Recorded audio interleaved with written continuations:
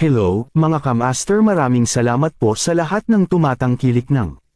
Isa pala akong rich kid. Paki-follow and subscribe mga master para sa mga susunod pang mga kabanata. The Secretly Rich Man.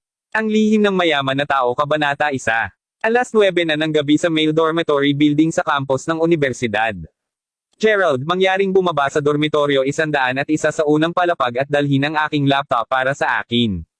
Isang lalaki na may buhok na kulay ginto mula sa katabing dormitoryo ang nagbukas ng pintuan ng silid ng dormitoryo ni Gerald ng direkta bago niya mahulog ang $1 sa sahig, pagkatapos ay tumalikod at naglakad palayo. Sa pamamagitan ng paraan, mangyaring kumuha ako ng isang bote ng mineral na tubig mula sa supermarket sa ibaba din. Ang mag-aaral na may buhok na blonde ay tumalikod bago siya bumagsak ng isa pang $3 sa sahig, $2 para sa bottled mineral water at isa pang $1 para sa pagpapatakbo para sa kanya. Hoy, Blondie, bakit laging hinihiling ng mga tao sa iyong dormitoryo kay Gerald na magpatakbo ng mga gawain para sa iyo? Bakit kayong mga mapang-api? Ang mga tao sa dormitory ni Gerald ay nagtanong sa malamig na pamamaraan dahil hindi na nila ito nakatiis. Hahaha, si Gerald ay nakatira sa iyong dormitory at hindi mo pa siya naiintindihan. Kung bibigyan mo siya ng $1, kakain pa siya ng tae kung hiniling mo sa kanya. Sarkastikong sagot ni Blondie. Tapos tumawa siya bago siya lumabas ng dormitory, namula ang mukha ni Gerald sa kahihiyan habang nakabingi siya sa sinabi ng lalaking may blonde hair. Pagkatapos nito, yumuko siya upang kunin ang ilang $2 sa lupa bago niya naisip sa sarili, sa ganitong paraan, makakagawa ako ng $2 at sapat na iyon para makabili ako ng 3 steamed buns at isang bag ng atsara. Hindi na ako magugutom. Gerald, wag ka na. Kung wala kang sapat na pera, bibigyan ka namin ng kaunti at hindi mo na rin kami kailangang bayaran. Hindi mapigilan ng pinuno ng dormitoryo ang sarili na makiramay kay Gerald. Umiling si Gerald bago siya ngumiti at sinabi, "Salamat, ngunit okay lang." Matapos magsalita ay tumalikod na si Gerald upang lumabas ng dormitoryo. Sa oras na ito, lahat ng mga lalaki ay tumingin sa likuran ni Gerald habang umiling sila sa awa. Sa katunayan, ayaw ni Gerald na magpatakbo ng mga gawain para sa iba at nais niyang tangkilikin din ang kanyang buhay sa universidad, magaling kung ipagpatuloy lamang niya ang pag-aaral sa universidad nang hindi nag-aalala tungkol sa anuman. Gayunpaman, talagang mahirap siya. Bagaman mahusay ang pagtrato sa kanya ng ibang mga lalaki sa kanyang dormitoryo, ayaw niyang maawa sila sa kanya. Kung hindi man, natakot si Gerald na baka magkakasakit sila sa kanya. Bukod sa kanyang mga kasama sa dormitoryo, walang ibang kaibigan si Gerald sa pamantasan. Gerald, narinig kong sinabi ni Blondie na papunta ka na sa hagdan, tama. Sa oras na ito, isang napakabihis na batang lalaki ang lumabas mula sa katabing dormitoryo. Ang kanyang pangalan ay Danny Sanders at siya ang pinuno ng dormitory ni Blondie. Idolo siya ng bawat babaeng estudyante dahil hindi lamang siya mayaman ngunit napakagwapo rin niya, gayunpaman, palagi niyang minamaliit si Gerald dahil pakiramdam niya ay isang kahihiyan si Gerald. Hindi maintindihan ni Gerald kung bakit siya kakausapin ni Danny, tumanggo lamang si Gerald at sinabi, "Opo, bababa na ako." Ngumiti si Danny bago niya ipasa kay Gerald ang isang kahon na puno ng mga item. Ang isa sa aking mga kaibigan ay naghihintay sa East Grove ngayon. Mangyaring ipasa sa kanya ang kaong ito. Narito ang $10 para sa iyo. Si Danny ay isang playboy at alam ng lahat ang tungkol sa kung paano niya madalas itanong sa iba't ibang mga batang babae na makipagtagpo sa kanya sa kakahuyan. Danny also had many friends who would do the same thing, gayunpaman, hindi masyadong iniisip ito ni Gerald dahil nasanay na siya sa pagpapatakbo ng mga gawain para sa iba, paimple niyang kinuha ang kahon at ang $10 bago siya maglakad pababa. Pagkalingon niya parang narinig niya sa likuran ang mahinang pagtawa ni Danny. Bumaba si Gerald upang kunin ang laptop at bumili ng bote ng mineral water bago nagpa siya na ihulog ang kahon ng mga item para kay Danny. Ang maliit na halamanan sa labas ng universidad ay isang tanyag na lugar para sa mga mag-asawa na magkaroon ng kanilang lihim na pagtatagpo sa gabi. Pagkatapos nito, dumating si Gerald sa lugar na binanggit sa kanya ni Danny. Nakita niya kaagad ang isang lalaki at isang babae na nakaupo sa kakahuyan, nagkukwentuhan at nagtatawanan ng magkasama, gayunpaman, laking gulat ni Gerald nang makita ang mukha ng lalaki at babae sa ilalim ng sikat ng buwan. Natigilan siya, si Xavier yun. Agad na namula ang mga mata ni Gerald at nahulog sa lupa ang mga hawak niyang gamit. Si Xavier ay dating kasintahan ni Gerald at 3 araw pa lamang mula nang maghiwalay silang dalawa. Siyempre, si Xavier ang nais na wakasan ang relasyon nang naghiwalay sila, sinabi sa kanya ni Xavier na gusto niya ng kaunting oras na mag-isa sa sarili. Gayunpaman 3 araw lamang ito at gumugugol na siya ng oras sa ibang lalaki sa kakahuyan. Kapwa napansin din ng dalawa ang presensya ni Gerald at biglang nagbago ang ekspresyon ng kanilang mga mukha. Gerald, bakit ka nandito? Ikaw, huwag kang magkamali. Narito ako kasama si Yuri dahil si Xavier ay nagsimulang magpanik kaagad, pakiramdam ng sobrang hiya sa oras na ito.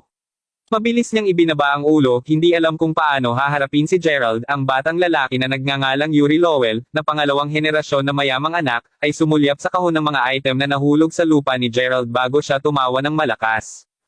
Damn it! Alam talaga ni Danny kung paano gumawa ng kalokohan sa mga tao. Hiniling ko sa kanya na padalhan ako ng kahon ng mga item na ito at hindi ko talaga inaasahan na ipadala kanya rito upang patakbuhin na lang ang kanyang mga gawain. Ito ay nakapupukaw. Napaka-excite talaga nito. Alam ni Gerald na si Yuri, na pangalawang henerasyon na mayamang anak, ay matalik na kaibigan ni Danny. Ang kanyang pamilya ay nagmamay-ari ng maraming mga restaurant at siya ay karaniwang nagmamaneho ng isang BMW 3 Series na kotse sa paaralan. Mahigpit lang na nakakabitin ni Gerald ang mga kamao matapos makinig sa mga sinabi ni Yuri, ito pala ay sadyang ginawa ito ni Danny. Bukod dito, naniniwala si Gerald na talagang may papel si Danny sa breakup nila ni Xavier. Kung hindi man, bakit makakasama ni Xavier si Yuri ilang araw lamang pagkatapos ng kanilang hiwalayan? Xavier, alam ko na ayaw mo sa akin ngunit hindi mo na kailangang makasama ang ganitong uri ng tao pagkatapos ng ating paghihiwalay. Alam mo bang kung gaano karaming mga kasintahan ang binago niya bago ito? Malakas na sigaw ni Gerald, mahal na mahal niya ang batang babae na ito. Mahal na mahal siya, labis na balisa at inis ang naramdaman ni Xavier nang marinig ang sinabi ni Gerald. Gerald, sino sa palagay mo ikaw? Sino ang nagbigay sa iyo ng karapatang turuan ako kung paano ako dapat kumilos at kung ano ang dapat kong gawin? Nakipaghiwalay na ako sa iyo at mapipili kong makasama ang kahit sinong gusto kong makasama. Gayon din. Galit na galit si Xavier sa oras na ito. Matapos nito, inirapan niya si Gerald bago niya sinabi, pumunta ka ba dito upang ako ay naiinis? Mawala ka. Sampal. Matapos niyang magsalita, sumama si Xavier at binigyan ng mahigpit na sampal si Gerald sa mukha niya. Lalong tawa ng tawa si Yuri sa oras na ito. Hahaha. Xavier, bakit mo siya hinahabol? Hahayaan mo lang siyang manatili at panoorin kami. Xavier blushed immediately. Yuri, I've already lost all interest after seeing this guy over here. Maybe next time. Pagkatapos nito, kumalas si Xavier mula sa hawak ni Yuri, hindi alam ni Gerald kung paano siya lumayo mula sa kakahuyan at ang kanyang isipan ay ganap na blanko sa oras na iyon, ang lahat ay nagmula sa pera. Si Gerald ay nasa estado na ito dahil wala siyang pera. Hahaha, pagkabalik sa kanyang dormitoryo, sinalubong si Gerald ng tawa ng kanyang mga kaklase sa pasilyo, hawak-hawak ni Danny ang tiyan niya habang tumawa ng malakas.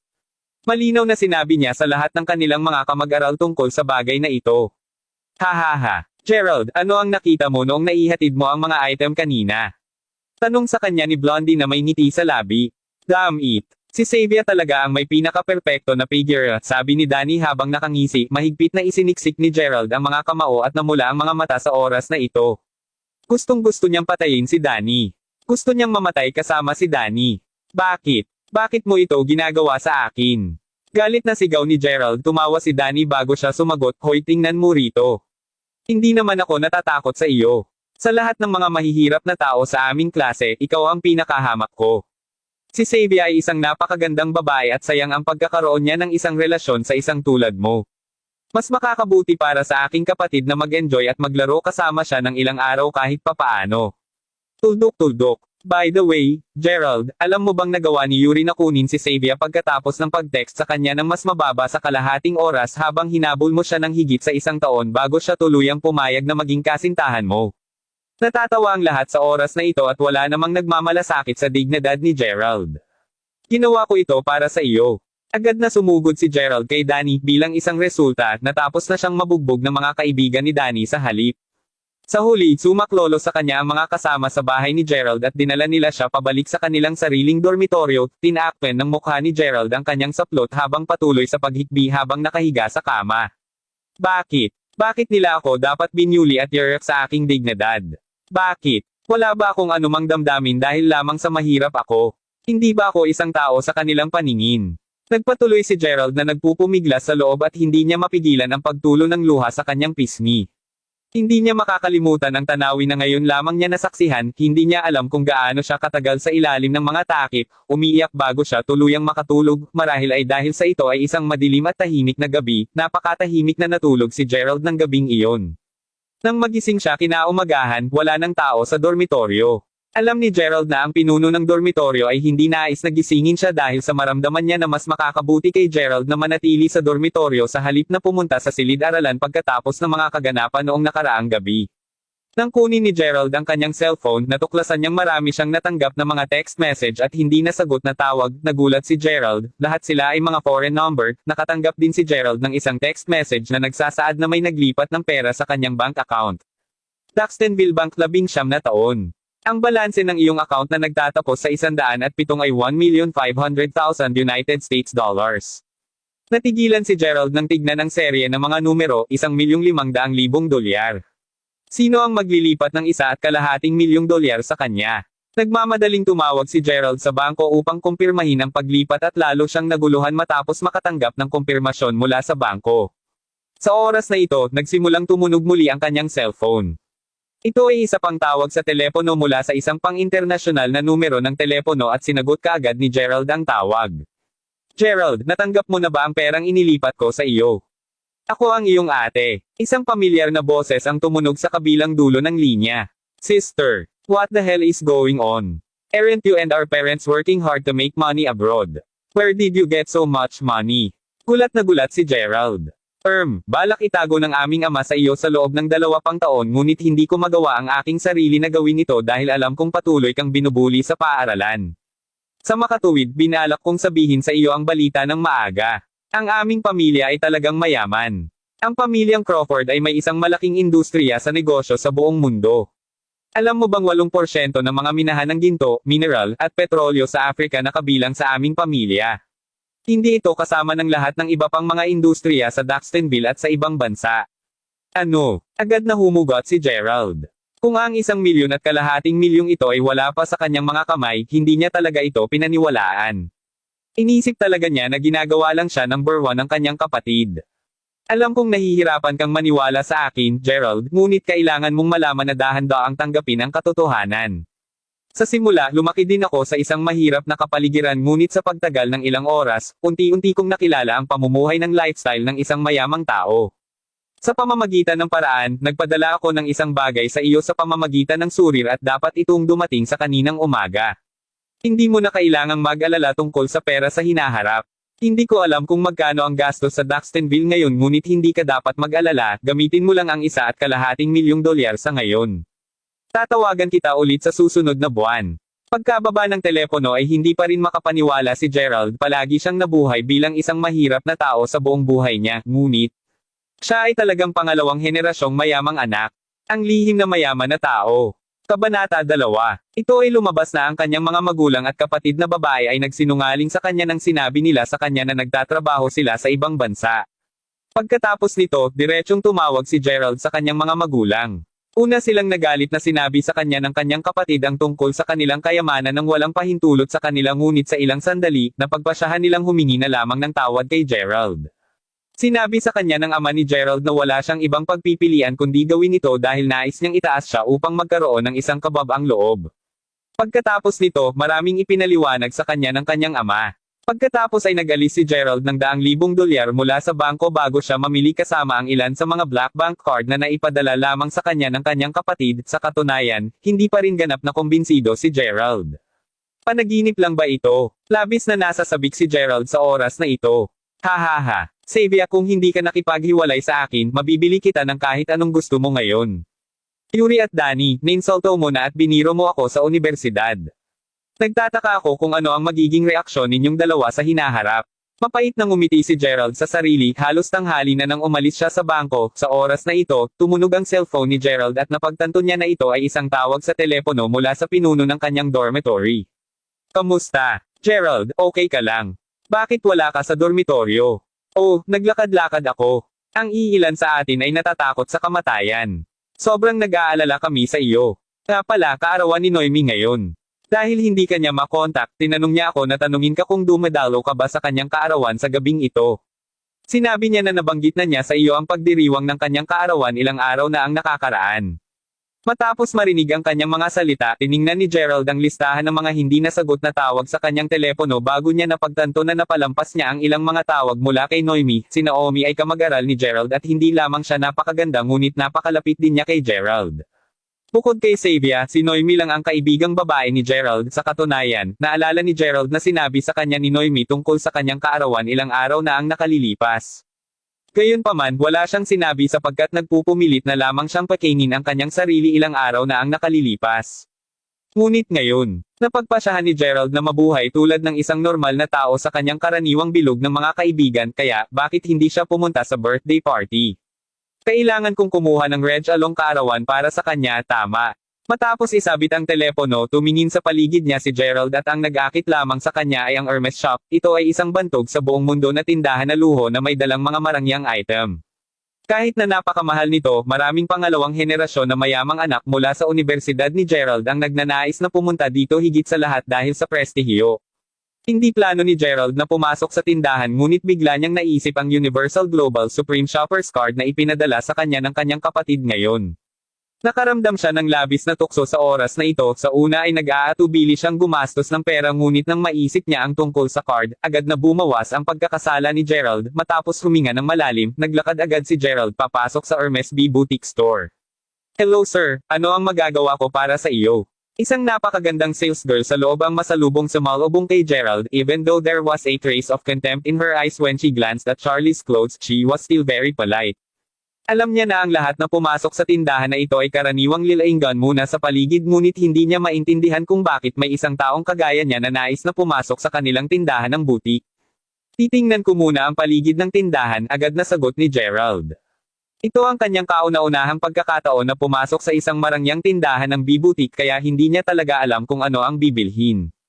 Ang cold sales ng sales girl sa mukha niya habang nakatingin kay Gerald.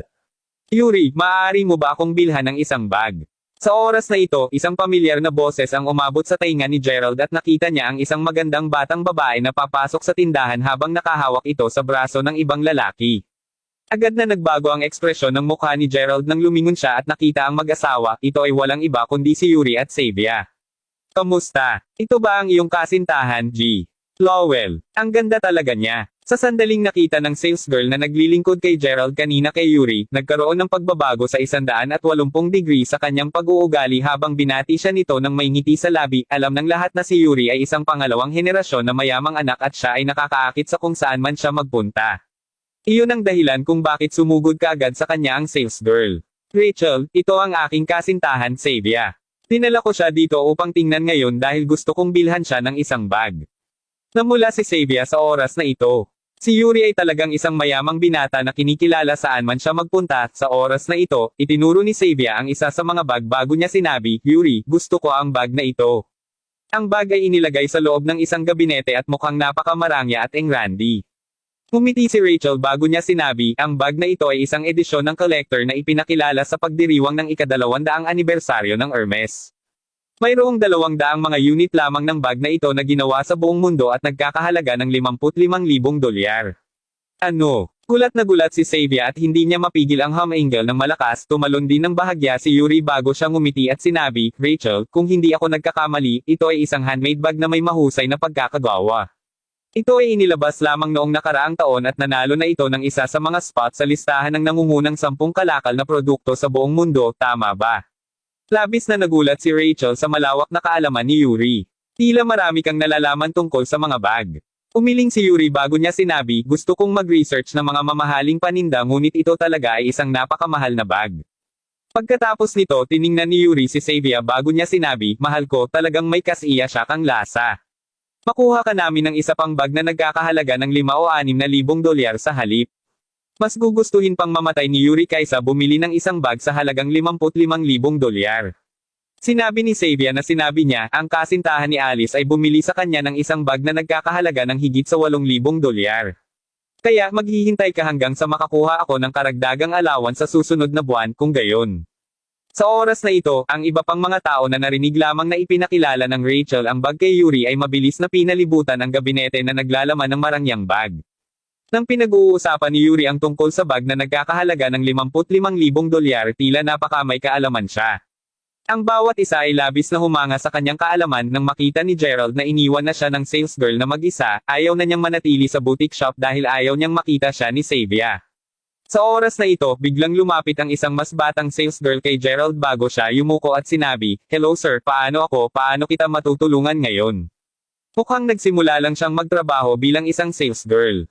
Medyo nahiya pa siya, gayunpaman pinainit nito ang puso ni Gerald sapagkat siya ay magalang. "Oh, gusto kong bumili ng isang regalo sa kaarawan." Sagot agad ni Gerald. "Sir, may shopper's card po kayo.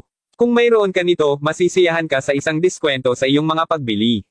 Kahit na si Gerald ang kauna-unahang customer, hindi niya ito hinusgahan ng simple dahil sa kanyang simple at casual na hitsura. Sa halip, nagpatuloy siya sa pagsasalita sa kanya sa isang napaka-profesional na pamamaraan. "Ay oo, maaari mo bang tingnan ito?" Inilabas ni Gerald ang Universal Global Supreme Shoppers Card na ibinigay sa kanya ng kanyang kapatid bago ipasa ito sa sales girl. Napamulat ng tindig ang kanyang mga mata sa gulat nang makita ang card. Ito, itim na gintong card. Nagpatuloy ang pagtitig ng sales girl kay Gerald na gulat at hindi makapaniwala. Ang binatang ito ay mukhang isang ordinaryong mag-aaral at hindi isang tanyag na mayamang tao.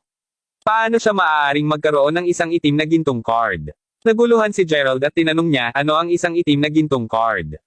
Ito ay isang kataas-taasang antas ng card at maaari kang gumastos ng hanggang sa $300,000 sa card na ito, habang ang minimum na halaga para sa bawat transaksyon ay $50,000, Ginoo. Lalo pang naguluhan si Gerald sa oras na ito. Alam niyang mayaman ang kanilang pamilya ngunit hindi niya alam na sobrang yaman nila. "Sir, batay sa mga item na kasalukuyang dinadala namin sa aming tindahan, hindi mo magagamit ang itim na gintong card na ito sa alinman sa mga regular na mamahaling kalakal sa shop na ito. Gayunpaman, madali mong maaabot ang minimum na halaga ng transaksyon kung titingnan mo ang edisyon ng bag ng collector. Dadalhin ko ito sa iyo ngayon." Yumuko ulit ang sales girl bago siya umalis kaagad. Sa parehong oras, si Xavier at Yuri ay nakatingin pa rin sa paligid ng boutique store habang tiningnan nila ang lahat ng mga bag na may hitsura ng paghanga sa kanilang mukha, na unlock ng batang sales girl ang cabinet bago inilabas ang edisyon ng collector. Sumimangot kaagad si Rachel bago niya sinabi, "Wendy, ano sa palagay mo ang ginagawa mo ngayon?" Tumalikod si Wendy at sumagot, "Nais kong ipakita sa isang customer ang bag na ito." "Ito ba ang uri ng bag na dapat mong ipakita sa anumang customer?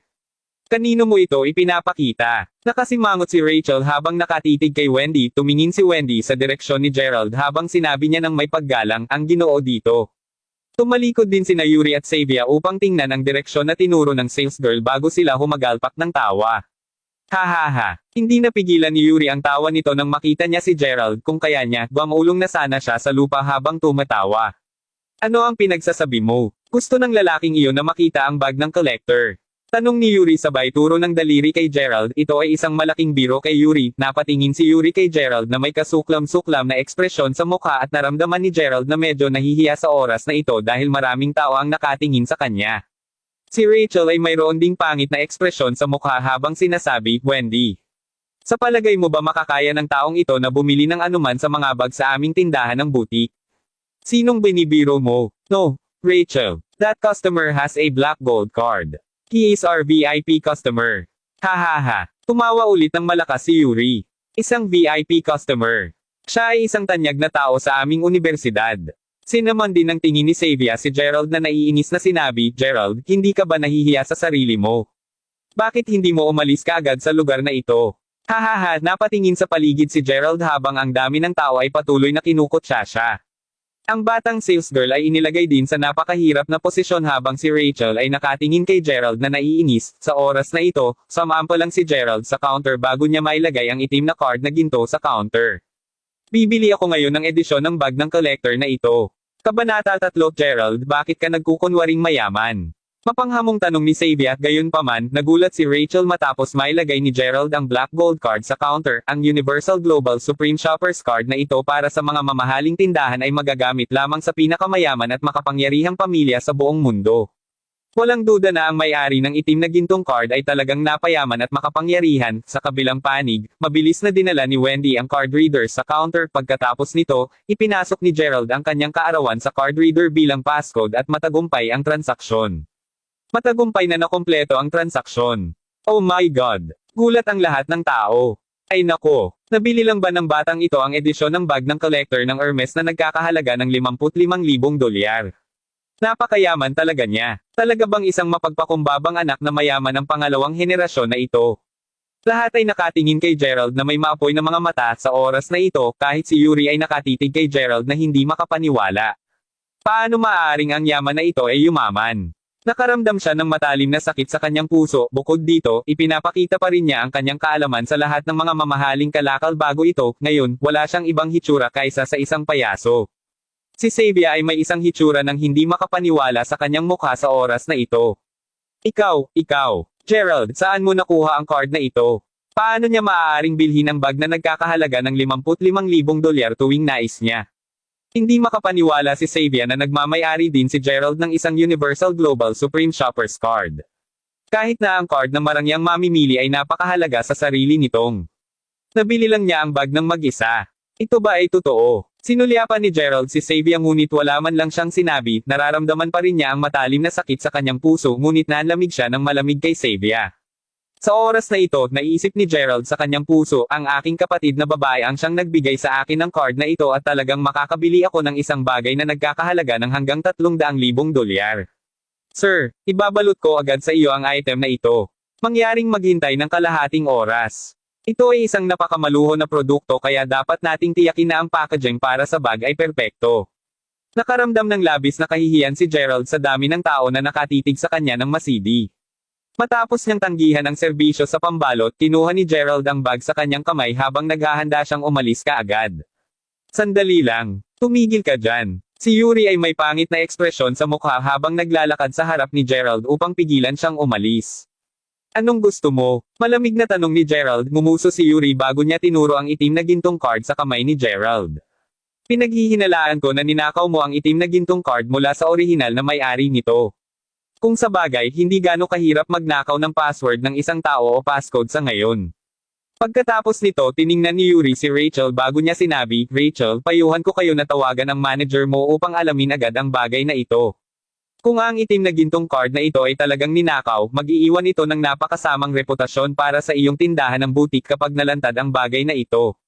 Nagbalik sa katinoan si Xavier sa oras na ito at mabilis siyang nag-gym. Oo, Rachel.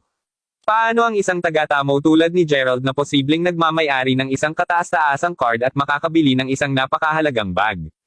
Si Xavier ay hindi pa rin makapaniwala. Naramdaman ni Rachel na ang sinasabi nila ay may ganap na kahulugan. Sa makatuwid, tumingin siya kay Gerald bago niya sinabi, Sir, mangyaring maghintay ka muna dito sandali. Darating agad ang manager namin dito. Pagkatapos nito, hinironggan ng lahat ang paraan ni Gerald na para bang sinusubukan nilang pigilan ang isang manloloko na makatakas. Talagang hindi inaasahan ni Gerald na magdulot ng labis na kaguluhan dahil lamang sa nais niyang bumili ng isang bag. Gayunpaman, alam niya na hindi siya makakaalis ngayon kahit na gusto niya. Nakatayo lang siya rito at may tiyagang naghintay para sa manager ng tindahan. Sa lalong madaling panahon, isang babae na nasa edad na 30 taon na ang suot na napaka-elegante ang lumitaw sa harap ng karamihan ng tao. Agad na sinabi ni Rachel sa manager na hinala niya si Gerald bilang isang pandaraya na ninakaw ang itim na gintong card ng iba. Tumingin ang manager kay Gerald bago siya ngumiti at sinabi, humihingi ako ng pasensya, ngunit kung wala kang pakialam, maaari mo akong payagan na suriin ang iyong itim na gintong card. Siya ay napakamagalang at magalang dahil siya ang tagapamahala ng tindahan at hindi niya hinusgahan ang kanilang mga customer sa pamamagitan lamang ng kanilang pagpapakita. Naramdaman ni Gerald na napakawalang magawa sa oras na ito at maabot lamang niya ang kanyang itim na gintong card sa manager nang hindi sinabi. Nagdala ang manager ng isang espesyal na card reader. Pagkatapos nito, husay niyang inilagay ang card sa loob. Sir, pwede po bang ibigay mo sa akin ang iyong apelyido? Nais ko ring malaman ang iyong numero ng pagkakakilanlan, magalang na hiling ng babaeng manager. My name is Gerald Crawford and my sister's name is Jessica Crawford. Kahit na inilagay ng kanyang kapatid ang kanyang petsa ng kapanganakan bilang passcode para sa kanyang mga card, hindi sigurado si Gerald kung ang card ay nasa ilalim ng kanyang pangalan o ng kanyang kapatid. Inabot din ni Gerald ang kanyang identification card sa manager ng walang pag-aalinlangan. Tingnan natin kung paano niya ipapaliwanag ang kanyang sarili ngayon. Sambit ni Yuri habang nagtatawanan. Pagkatapos nito, inilabas niya ang kanyang cellphone upang makapag-file siya ng ulat ng pulisya sa oras na malaman nila ang totoo tungkol kay Gerald.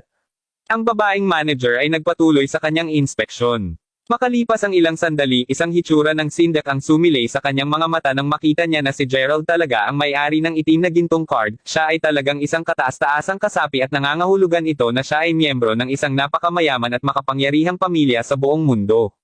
Sumabog agad ang manager sa malamig na pawis. Damn it! Talagang ginawang masaktan siya ni Rachel ng isang mahalagang at malakas na customer. Kinuha ng babaeng manager ang card sa kanyang kamay bago siya lumakad kay Gerald at yumuko sa harap niya sa isang magalang. Mahal na G. Crawford, humihingi ako ng paumanhin kung nasaktan kita. Mangyaring payagan akong ibalik sa iyo ang iyong itim na gintong card. Ano? Natigilan ang lahat. Si Rachel ay nakatayo sa daan ni Gerald sapagkat sinusubukan niyang pigilan siyang umalis at naramdaman niya ang labis na kahihiyan sa oras na ito. Manager, sigurado ka na hindi nagkamali? May-ari ba talaga ang taong ito ng black gold card? Tinaas ng babaeng manager ang kanyang kamay at hinampas sa mukha si Rachel. Tumabi ka na. Tinakpan ng kamay ni Rachel ang mukha niya nang mabilis itong tumabi. Nataranta sina Yuri at Xavier. Alam ng babaeng manager na kilala nilang dalawa si Gerald at sila ang nagtatangkang pagbibiro at mapahiya siya. Sa makatuwid, naisip niya na mas makakabuti kung makamit niya ang pabor ni Gerald sa pamamagitan ng paghabol sa kanilang dalawa sa labas ng tindahan ng Hermes ngayon. Mabilis na lumapit ang manager kina Yuri at Xavier bago niya sinabi, paumanhin, ano ang sinusubukang patunayan ninyong dalawa? Bakit mo hinimok ang aming sales girl na masaktan ang aming pinakamahalagang customer? Tumingin si Yuri sa manager bago niya sinabi, binibigyan ko lang kayo ng babala bilang isang mabait na kilos. Pinahahalagahan namin ang iyong kabaitan ngunit kung wala kang bibilhin talagang pahahalagahan namin ito kung umalis ka agad sa aming tindahan. Napakatalas at malamig na mga salita ng babaeng manager, hinahabol niya sila palabas ng tindahan. Tumingin si Xavier kay Yuri, inaasahan na may lalabas niya sila sa nakakahiyang sitwasyon, gayunpaman, pawis na pawis din si Yuri sa oras na ito. Kahit na nagmula siya ng pera upang makabili ng isang bag na nagkakahalaga ng $10,000, wala pa rin siya kumpara kay Gerald. Si Gerald ay isang kataas-taasang customer. Halika na. Napangisi ng ngipin si Yuri sa galit habang hinihila niya si Xavier palabas ng tindahan. Sa oras na ito, si Rachel ay nakayuko din sa harap ni Gerald. Paumanhin. Humihingi ako ng paumanhin, G. Crawford. Pinagsisihan niya ang kanyang mga aksyon at nagsisi talaga siya sa paghusga sa kanyang mga customer sa kanilang hitsura. Pumikit si Gerald sa kanya at simpleng ngumiti siya kay Wendy bago niya sinabi, maraming salamat sa lahat ng gulo ngayon. Hindi kita kailangan balutan ng bag para sa akin dahil nagmamadali ako. Paalam. Pagkatapos nito, kinuha ni Gerald ang bag sa kanyang mga kamay bago siya umalis kaagad. Ito ang kauna-unahang pagkakataon na nanalo siya sa isang laban sa pera. Sa katunayan, hindi siya ang uri ng taong gagastos ng labis. Gayunpaman, sa wakas ay isang ordinaryong tao si Gerald na maaaring mabuhay ng kanyang buhay nang hindi nag-aalala tungkol sa pera. Pagkaalis sa tindahan ay nagsimulang tumunog muli ang cellphone ni Gerald. Ito ay isang tawag sa telepono mula kay Naomi. Naririnig ni Gerald ang nag-aalalang boses ni Noemi sa kabilang dulo nang sinagot niya ang tawag. Gerald, wala akong pakialam kung ano ang tingin ng ibang tao tungkol sa iyo ngunit isa ka sa pinakamalapit kong kaibigan. Kailangan mong pumunta sa aking birthday party ngayong gabi. Narito na ang lahat ng iyong mga kasama sa dormitoryo. Ngumiti si Gerald bago siya sumagot, sige pupunta ako doon. Nga pala, tiyaking maganda ang hitsura mo ngayon. Nais kong magpakilala sa iyo. Sinabi ulit ni Naomi sa telepono, napailing na lang si Gerald na walang magawa. Dahil hindi niya kayang ibigay kay Noemi ang bag nang hindi ito nababalot, lumakad si Gerald sa isang kalapit na supermarket upang bumili ng isang plastic bag sa halagang 20 sentimo. Pagkatapos nito, inilagay niya ang bag ng Hermes sa pulang plastic bag, sumakay siya ng taxi bago siya sumugod sa Jade Restaurant. Sa oras na ito, sa Jade Restaurant, binabanan ni Noemi ang telepono bago siya ngumiti sa batang babaeng may buhok na nakaupo sa tabi niya. Ang batang babae ay ganap na maganda at mukha siyang isang diyosa. Alice, si Gerald ay isang matalik kong kaibigan. Napakagaling niya at may pagkaaral na tao. Gusto kong ipakilala sa kanya sa paglaon. Suot ni Alice ang kanyang earphones at nanginginig ang mga paa habang nakikinig ng musika at napakapuro at ganda niya talaga. Okay. Sina Alice Bradford at Naomi ay magkaibigan sa pagkabata na magkasama na lumaki at nag-aral sila sa iisang pamantasan kahit na nakikibahagi sila sa iba't ibang larangan.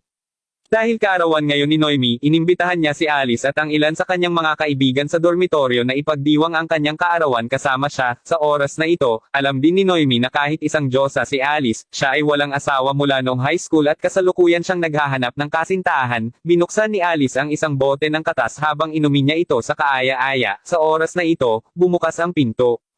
Kabanata 4. Gayunpaman ang taong pumasok sa pintuan ay hindi si Gerald. Danny, anong ginagawa mo dito? Nagbago ang ekspresyon ng mukha ni Noemi pagkakita niya kay Danny, pareho silang magkaklase at si Noemi ay malapit sa kanila. Gayunpaman, nalaman ni Noemi kaninang umaga na niloko ni Danny si Gerald.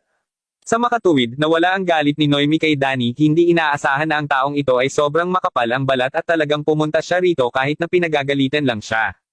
Naomi, galit ka pa ba? Nagbibiro lang ako kasama si Gerald kagabi. Sino ang mag-aakalang ihahatid niya ang kahon kay Yuri?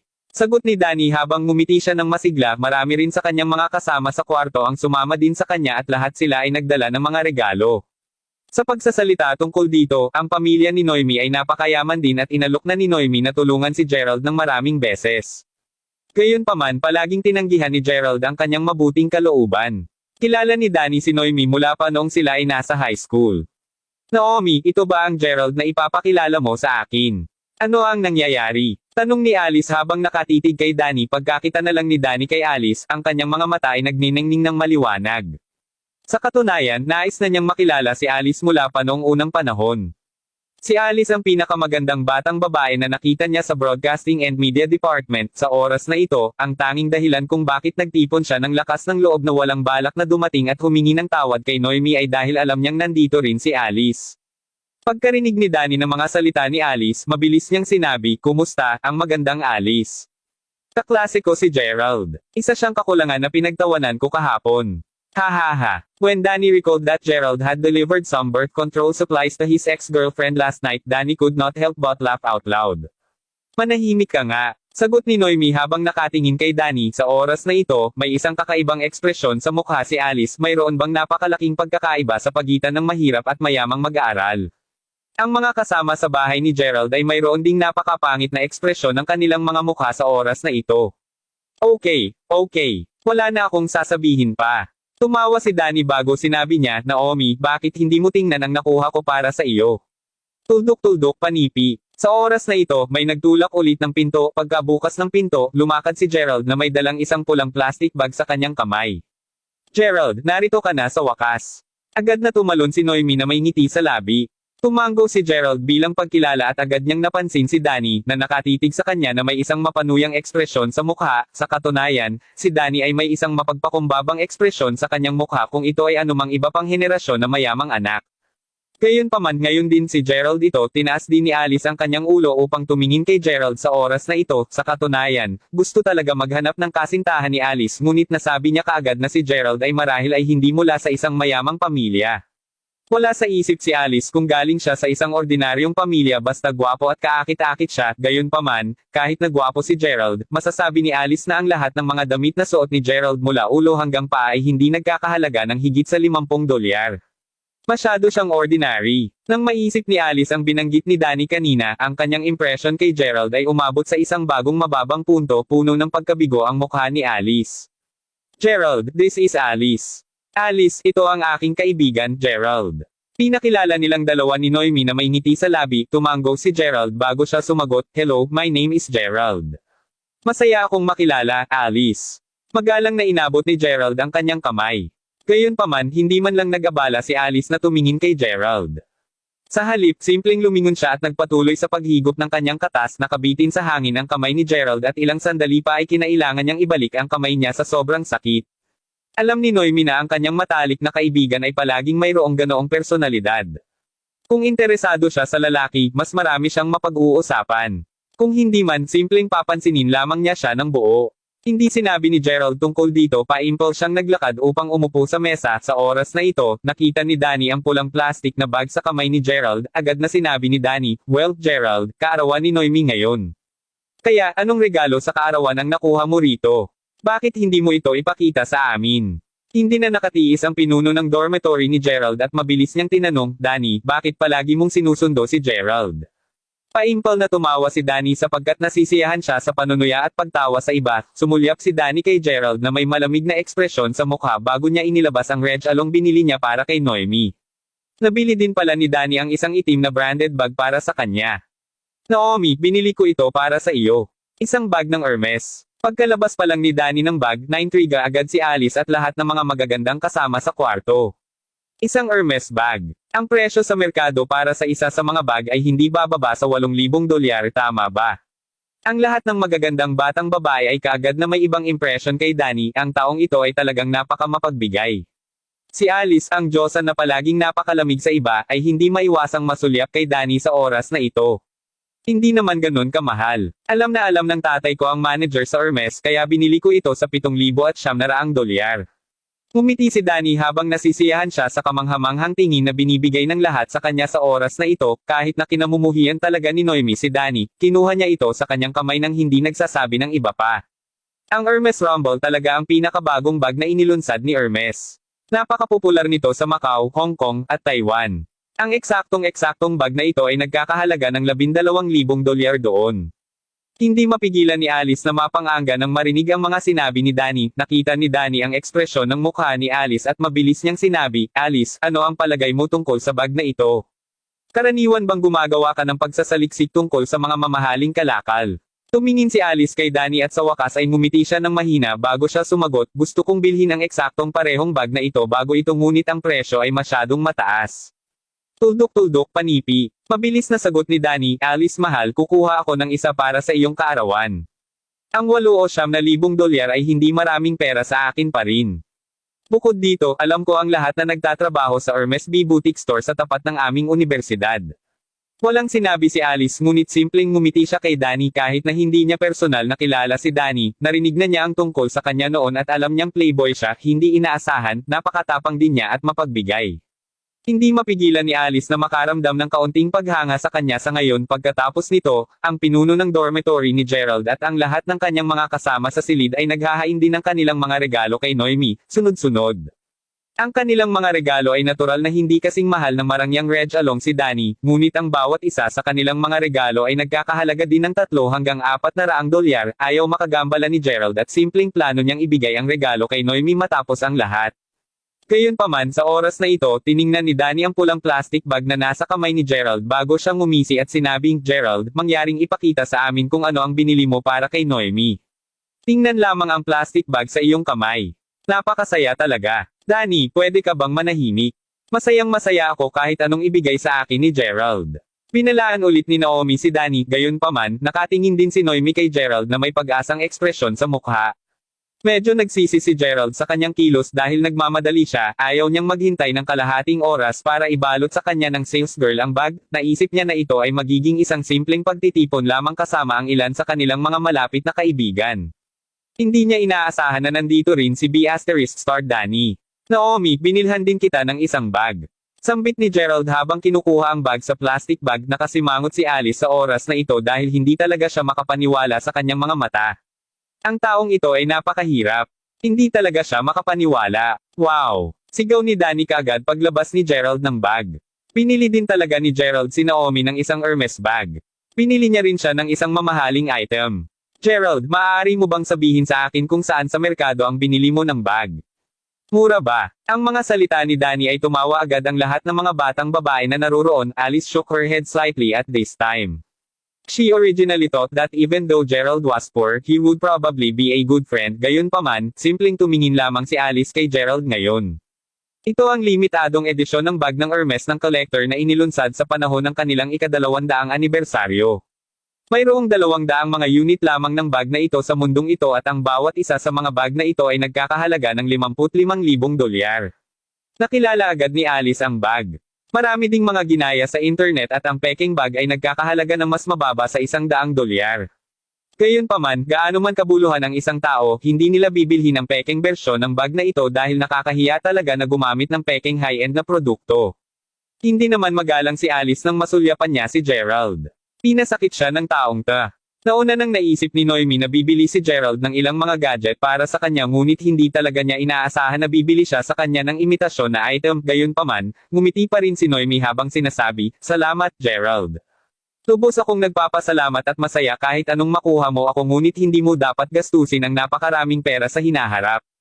Ang $100 ay maraming pera para sa iyo." Nais ni Gerald na ipaliwanag ang kanyang sarili at sabihin kay Naomi na ito ay isang tunay at orihinal na Hermes bag ngunit nakikita niya na binibigyan na siya ni Alice at mga kasama nito ng mga kasuklam-suklam na hitsura. Sa makatuwid, alam niya na walang sino man ang maniniwala sa kanya kahit na sinubukan niyang ipaliwanag ang kanyang sarili at baka mapunta siya sa lalong paghamak sa kanya. Sa oras na ito, tiningnan ni Alice si Noemi bago niya sinabi, Noemi, bakit ka naging kaibigan ng isang hindi maaasahang tao? Ayokong mailagay ni Noemi kay Gerald sa isang mahirap na posisyon. Sa makatuwid, sinubukan niyang baguhin ang paksa. Sige, lahat aking kaarawan ngayon at talagang masaya ako na maipagdiwang ito sa inyong lahat. Halika, gumawa tayo ng toast. Si Alice at ang mga kasama sa silid ay nagpatuloy sa pagtitig kay Gerald na naiinis habang ang iba pang mga lalaki ay hindi talaga tumugon, pasimpleng ngini siya ni Danny at ng kanyang mga kaibigan si Charlie.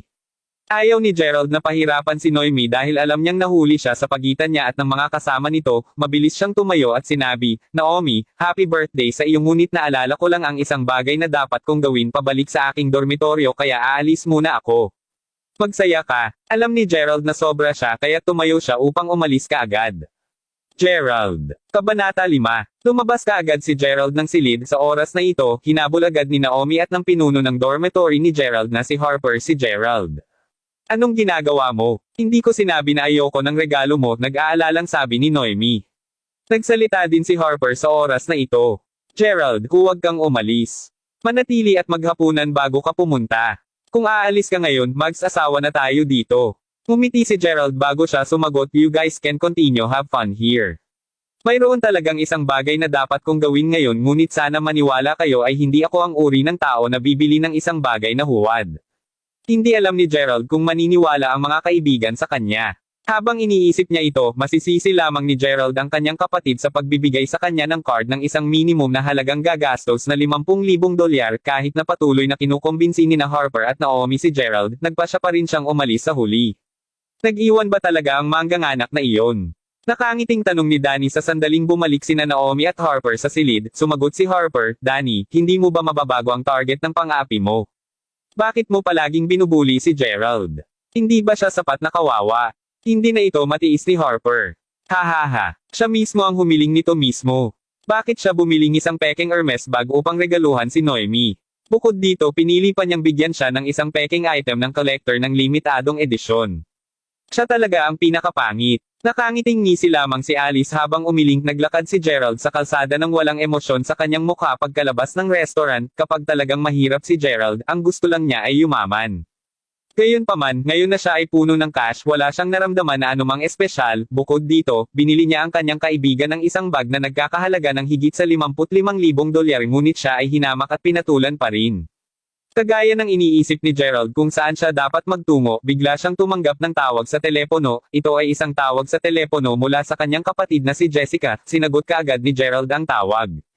Ate, Gerald, anong ginagawa mo ngayon? Hindi naman ako abala. Kung ikaw ay malaya, maaari mo ba akong gawing pabor? Nag-uusisa si Gerald sa puntong ito. Alam mo bang Mayberry Commercial Street?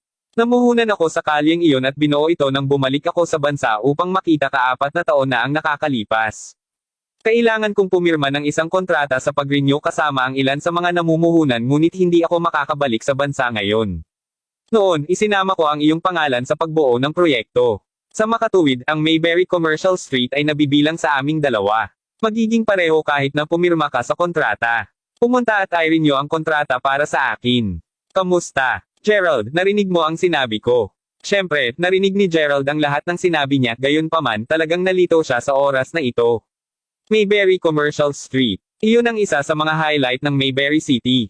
Mayroong maraming iba't ibang mga tindahan at mga negosyo na itinatag sa kalyeng komersyal, mayroon ding isang lugar na tinatawag na Wayfair Mountain Entertainment sa tuktok ng burol sa kahabaan ng komersyal na kalye. Ito ay isang lugar na palaging bibisitahin ng mga mayayaman at makapangyarihang tao sa Mayberry City, so, according to his sister, they own the entire Mayberry Commercial Street. Ate, sinasabi mo ba sa akin ang totoo? Pagmamayari namin ang kalsada sa komersyo. Damn it. Matagal na kitang kausap at sa totoo lang akala mo nagbibiro lang ako. Bakit ako magbibiro tungkol dito? Hindi ako makisali sa napakaraming industriya ng mag-isa at iyon ang dahilan kung bakit ginamit ko ang iyong card ng pagkakakilanlan.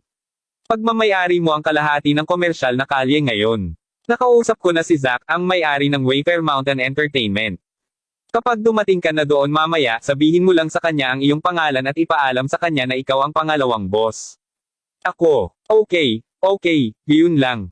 May dadaluhan pa ako kaya tatambay muna ako.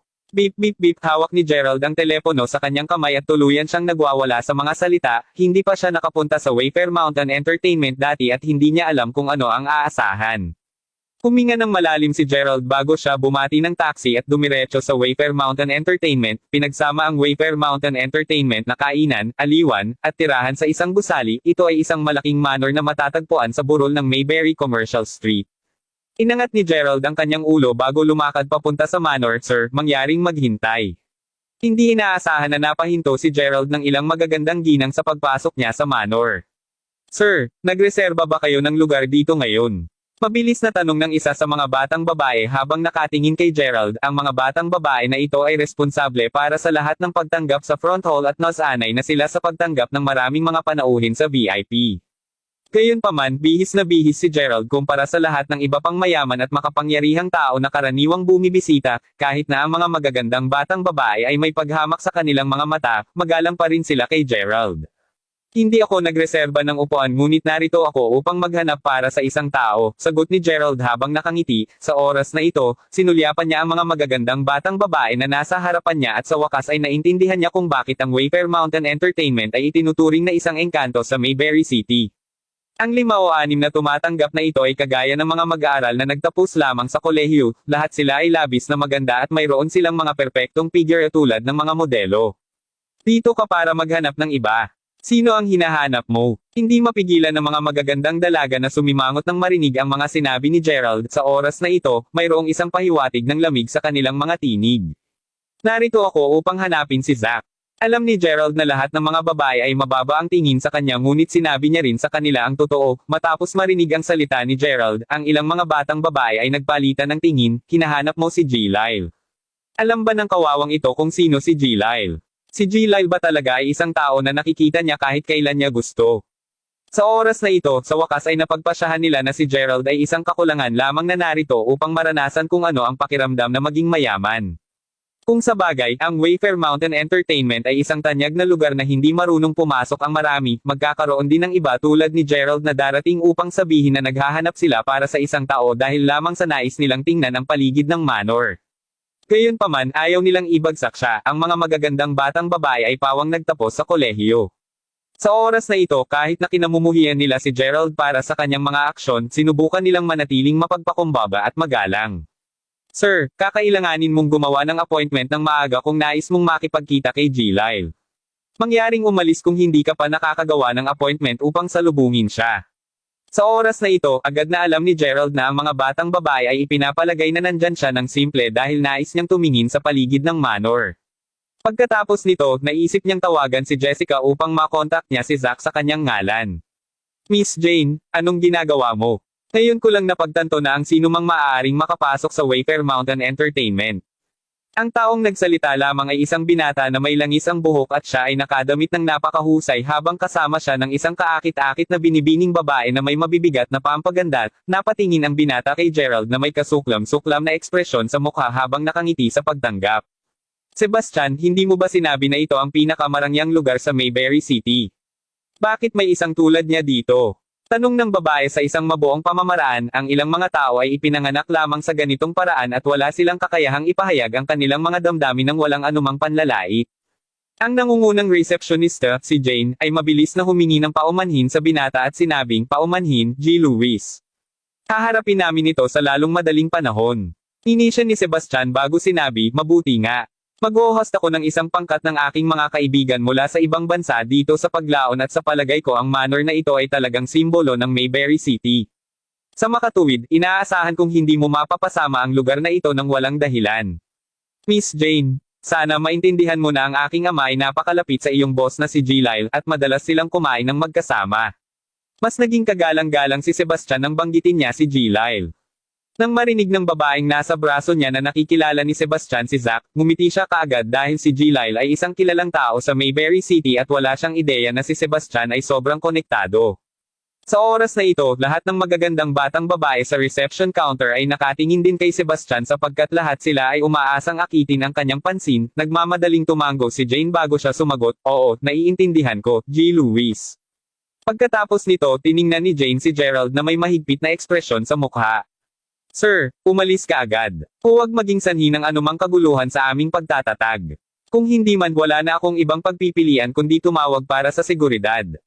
Sige, lalabas na lang ako at tatawag muna. Huminga ng malalim si Gerald bago siya lumabas ng manor. Kinuha niya ang kanyang cellphone mula sa bulsa niya habang palabas ng manor. Champagne. Anong poser? Siguradong faker siya, sabi ni Sebastian sa malamig na pamamaraan. Mangyaring huwag masaktan, G. Lewis. Ang ganitong uri ng sitwasyon paminsan-minsan ay nangyayari sa Wayfair Mountain Entertainment. Mabilis na pinayapa ni Jane si Sebastian na may ngiti sa labi. Tumango si Sebastian bago niya sinabi, "O tingnan mo. Nandito na ang mga kaibigan ko. Bakit hindi ka sumama at mag-inuman sa amin mamaya? Talagang mapupunta ako kung may oras ako, G. Lewis." Nakangiti nang umiti si Jane. Tumingin si Sebastian kay Jane na may perverted expression sa mukha bago siya tumango. Pagkatapos kinuha niya ang kanyang wallet mula sa kanyang bulsa bago siya maglakad patungo sa front desk upang bayaran ang kanyang silid. Pagkatapos nito, ang grupo ng mga magagandang batang babae ay tumingin kay Jane na may inggit na ekspresyon sa kanilang mukha habang sinabi nila, "Jane, kilala mo rin ba si G. Lewis?" Mayabang na tumango si Jane habang sinasabi, "Siyempre, nagsimula kaming lahat dito sa pagtatrabaho matapos magtapos sa kolehiyo. Ano ang point ng pagtatrabaho bilang isang receptionist dito kung hindi talaga natin sinisikap na makilala ang mas maraming mayayaman tulad ni G. Lewis? Did you see the coquettish woman in his arms just now? She is a second-rated actress. Mr. Luo's family is focused on the real estate business and their family has a net worth of more than $2 billion. Wow! Hindi nakakagulat na pamilyar ang kanyang ama sa aming boss na si G. Lyle. Ito ay lumalabas na ang pamilya ni G. Lewis ay may napakahalagang neto din. Hindi mapigilan ng mga tumatanggap ang pagtitig sa likuran ni Sebastian dahil lahat sila ay nahuhumaling sa kanya. Hahaha, alam mo bang ang lalaki ngayon lang talaga nandito upang hanapin si G. Lyle? Si G. Lyle ay abala ngayon sa pagtalakay sa negosyo kasama ang chairman ng Mayberry Chamber of Commerce. Seryosong katawa-tawa ang lalaking iyon, sagot ni Jane habang tumatawa. Pagkatapos nito, naghahanda na si Jane na magtungo upang muling makipag-chat kay Sebastian. Gayunpaman, sa pag-angat niya ng kanyang ulo, napagtanto niya na ang kawawang lalaki na kanyang hinabol ay bumalik muli. "Bakit ka ulit bumalik dito?" Nagulat si Jane. Ang iba pang mga batang babae ay nakatingin din kay Gerald na may mga mapanirang ekspresyon sa kanilang mga mukha. Kabanata 6. Sa parehong oras, sa pinakamaluho na silid sa manor, ang isang nasa edad na lalaki na may napakahusay na aura ay nakikisalamuha sa isang pangkat ng mga negosyante. Siya ang may-ari ng Wayfair Mountain Entertainment sa Mayberry Commercial Street at likas nitong ginawang pinakamayamang tao sa Mayberry City. Gayunpaman, ang lahat ay nagulat sa oras na ito. Ito ay dahil kaagad na sinagot ni G. Lyle ang telepono. Tumayo siya sa gulat bago siya tumakbo palabas ng silid na may galit. Ano ang nangyayari kay G. Lyle? Hindi maintindihan ng lahat ang kanyang pag-uugali sa front desk. Hindi pa nakapasok si Sebastian sa kanyang silid at nakita niya ulit si Gerald na papasok sa manor. Hindi niya mapigil ang mag-alok na tulungan si Jane na maalis si Gerald. "Miss Jane, bakit hindi ka na lang tumawag para sa seguridad? Walang ibang paraan upang makitungo sa ganitong uri ng burol." Malamig nang umiti si Sebastian kay Gerald. Tumango si Jane bago siya sumenyas para sa ilang mga security guard na sumulong. "Tumigil ka." Sa oras na ito, mabilis na lumabas si Zack sa harapan ng mabilis hanggat makakaya niya, natigilan ang lahat. "Lyle. Mr. Lyle." Si Jane at ang natitirang mga batang babae ay sa pagkabigla. Mabilis na binati ni Sebastian si Zack sa isang magalang. "Hello, Tito Lyle. Ang pangalan ko ay Sebastian Lewis at ang aking ama ay si Jacob Lewis. Nagkita kami noong huling pagtanggap." Sumugod si Sebastian upang batiin kaagad siya. Hindi inaasahan, hindi man lang siya tiningnan ni Zack. Gayunpaman, diretso siyang naglakad papunta kay Gerald. Itinulak pa niya si Jane at ang iba pang mga batang babae sa masungit na pamamaraan. "Ikaw ba si Gerald?" Magalang na tanong ni Zack. Tumango si Gerald. "Oo, ako. So, kilala mo si Jessica?" "Ate ko siya." Sagot agad ni Gerald. Si Zack ay yumuko ng 70 degree na paggalang sa harap ni Gerald. "Kumusta, G. Crawford? Ako si Zack." "Okay." Talagang nagulat ang eksenang ito kay Jane at sa iba pa. Nabigla din si Sebastian sa oras na ito. Si Mr. Lyle ay yumuko talaga sa harap ng burol na ito. Sino siya? Napatulala din si Gerald sa oras na ito. Alam niya na ang kanyang kapatid ay ang boss ng komersyal na kalye na ito, ngunit wala talaga siyang ideya na ang kanyang kapatid ay may napakalakas na presensya dito. Hindi talaga siya makapaniwala na ang kanyang kapatid ay talagang may kapangyarihan na gawing bigyan siya ng Zack ng ganitong uri ng kagalingang paggamot. Sa totoo lang, hindi pa rin sanay si Gerald sa buhay ng isang pangalawang henerasyong mayamang anak. Bukod dito, hindi pa rin siya naniniwala na ang komersyal na kalye na ito ay pag-aari niya. Opo, G. Lyle. Pinakiusapan ako ng kapatid ko na lumapit dito para may lagdaan, magalang na sagot ni Gerald. Opo, G. Crawford, kakailanganin namin kayo na pumirma sa kontrata sa pag-ari nyo. Ang kalsada sa komersyo na ito, kasama ang manor na ito, ay pag-aari mo at ng iyong kapatid na babae. Pinakamahabang nais kong pagbisita sa iyo ngunit hindi ako pinayagan ng iyong kapatid na babae. Mabilis na pinahid ni Zack ang pawis sa noo, tuwang-tuwa siya na sobrang magalang sa kanya si Gerald, gayunpaman, si Jane at Sebastian ay napatulala sa oras na ito. Ano? Ang taga-tago na ito ay nagmamay-ari talaga ng Mayberry Commercial Street. Siya talaga ang totoong may-ari ng Wayfair Mountain Entertainment. Sabihin mo sa akin, sino ang humabol kay G. Crawford sa lugar na ito kanina? Tanong ni Zack habang siya ay lumingon at ang kanyang mga mata ay sumilip sa karamihan ng tao na may malamig na ekspresyon sa mukha. Ang pagkakakilanlan ng totoong boss ng Wayfair Mountain Entertainment, si Jessica, ay napaka-espesyal at siya lang ang dahilan na masisiyahan si Zack sa kanyang kasalukuyang buhay. Ngayon, ang kanyang mga nasasakupan ay halos hinabol ang pangalawang boss palabas ng kanyang sariling gusali. Kung nalaman ni Jessica ang tungkol dito, hindi ba niya kailangang bumalik sa kanyang miserableng buhay ng magdamag?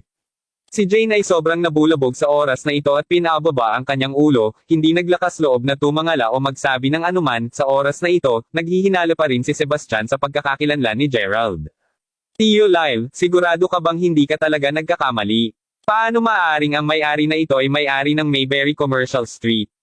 Sampal. Sinampal ni Zack si Sebastian sa mukha pagkarinig niya ng kanyang mga salita. Ashol, anong sinabi mo? Pasensya ka na, Tito Lyle. Wala akong sinabi. Ginamit ni Sebastian ang kanyang kamay upang takpan ang kanyang mukha at napuno siya ng mga hinaing sa oras na ito, kahit na siya ay nagmula rin sa isang napakayamang background ng pamilya, wala siyang anuman kumpara kay Zack. Men, itapon agad ang lalaking ito sa lugar na ito.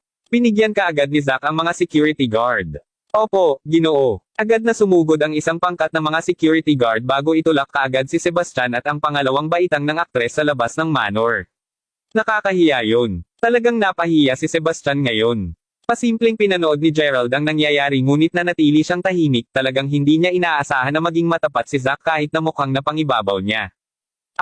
Pagkatapos nito, sinundan ni Gerald si Zack papunta sa manor. Mabilis na ipinakita ni Zack kay Gerald ang paligid ng manor bago ito sinabi sa kanya ng kaunti tungkol sa kanyang sarili. Sa oras na ito, sa wakas na intindihan ni Gerald na si Zack at ang kanyang asawa ay nagtitinda ng mga buns mula sa isang maliit na tindahan. Katulad nito, si Jessica ay naging mahirap din sa nakaraan. Sa oras na iyon, wala ring pera si Jessica at hihingi na siya ng pagkain kay Zack at sa kanyang asawa. Noon na pareho silang nabigyan ng trabaho sa halip. Nang maglaon nang mapagtagumpayan ni Jessica ang kanyang kahirapan at naging labis na mayaman, siya ang nagbigay kay Zack ng kanyang kasalukuyang posisyon. Sa makatuwid, ang tanging dahilan kung bakit ang Zack ay maaaring maging isang mayaman at maimpluwensyang tao sa Mayberry City ay dahil sa pamilyang Crawford. Pagkatapos nito, nilagdaan ni Gerald ang kontrata sa pag-renew at napagtanto niya na ang karamihan sa mga tindahan sa Mayberry Commercial Street ay nakarehistro sa ilalim ng kanyang sariling pangalan. Sa makatuwid, hindi magiging labis na sabihin na siya ang may-ari ng Mayberry Commercial Street. Hindi sana pinangarap ni Gerald na sana ay maging isang napakalakas at maimpluwensyang tao. Pagkatapos nito, nag-set up ng table si Zack para kay Gerald sa isang pribadong silid. Dahil hindi siya nakakain ng buong araw, si Gerald ay medyo nagugutom sa oras na ito. Nang kumakain si Gerald, ngumiti si Zack at sinabing, Mr. Crawford, mangyaring tamasahin ang iyong pagkain. Kapag tapos ka ng kumain, hayaan mo akong dalhin ka upang bisitahin ang ilan pang iyong mga negosyo. Binigyan ako ni Miss Crawford ng utos na ito dahil gusto niya na pamilyar ka sa mga industriya ng iyong pamilya sa lalong madaling panahon upang mabuhay mo ang buhay ng isang pangalawang henerasyong mayamang anak at may iwan ang nakaraan. Pagkatapos nito, isang pag-iisip ang sumagad sa isipan ni Zack kaagad. Babalik ako, G. Crawford. Pagkatapos nito, si Zack ay lumabas ng silid upang tumawag sa telepono at sinabi ang isang simpleng pangungusap, gusto kong lumapit kayong lahat. Pagkatapos nito, bumaba na siya kaagad, hindi alam ni Gerald kung ano ang balak ng manager. Nagugutom siya at mabilis niyang kinain ang malaking abalone ng Australia na hinatid sa kanya, masaya siyang nasasarapan sa kanyang pagkain nang biglang bumukas ang pintuan ng kanyang pribadong silid. Pagkatapos nito, 5 o 6 na magagandang babae ang lumakad sa silid. It was Jane and the other beautiful girls at the reception earlier. Sa oras na ito, tinitingnan nila si Gerald na may ganap na kakaibang ekspresyon sa kanilang mga mukha. Si Jane ay nakangiti rin ng matamis kay Gerald habang sinabi nito, Mr. Crawford, pinagsisisihan ko talaga ang nangyari kanina. Paumanhin, G. Crawford. Ang lahat ng iba pang magagandang batang babae ay mabilis na nag-gym agad. Anong ginagawa mo dito? Pinunasan ni Gerald ang kanyang bibig kaagad matapos ang kanyang hapunan. To be honest, kahit na mababa ang tingin ng mga dalaga sa kanya sa front desk kanina, wala namang matigas na damdamin si Gerald sa kanila. Sa halip, nais lamang niyang magawa ang mga bagay para sa kanyang kapatid sa lalong madaling panahon, tapos, gusto na niyang umalis kaagad, gayunpaman, parang pinagalitan na ni Zack ang lahat ng mga batang babae. Narito kami upang samahan ka, G. Crawford.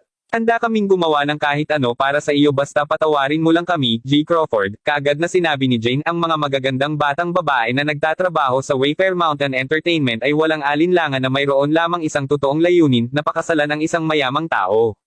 Sa makatuwid, tiyak na sasamantalahin nila ang pagkakataong ito na ibinigay sa kanila ni G. Lyle upang makagawa ng pag-ayos at buuin ang isang relasyon kay Gerald kahit na hindi man talaga sila nakaramdam ng tawad, hindi nila maiwasang tumakbo kaagad. Ano ang isang mayamang tao? Ang lalaking nakatayo sa harap nila ngayon ay isang totoong mayaman. Siya ang pinakamayaman at pinakamakapangyarihang tao dito. Gulat na gulat si Gerald nang marinig ang paliwanag nito. Anim sa kanila. Ito ay masyadong nakakagulat na tigilan si Gerald. Sa oras na ito, kumuha ng isang remote control si Jane bago niya ito itinuro sa dingding pagkatapos, ang buong pader ng tela ay nagsimulang maghiwalay tulad ng isang kurtina at kung ano ang lumitaw bago ang paningin ni Gerald ay isang malaking panloob na swimming pool. Kaya, may isa pang sekret sa silid na ito.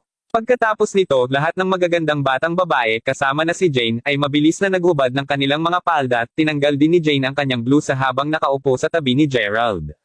Nang malapit nang mawala ng kontrol si Gerald at sumuko sa tukso, nagsimulang magring ang kanyang cellphone, ang kanyang kapatid na babae, huminahon si Gerald habang sinabi niya, mahal na mga kababaihan, lalabas lang ako saglit.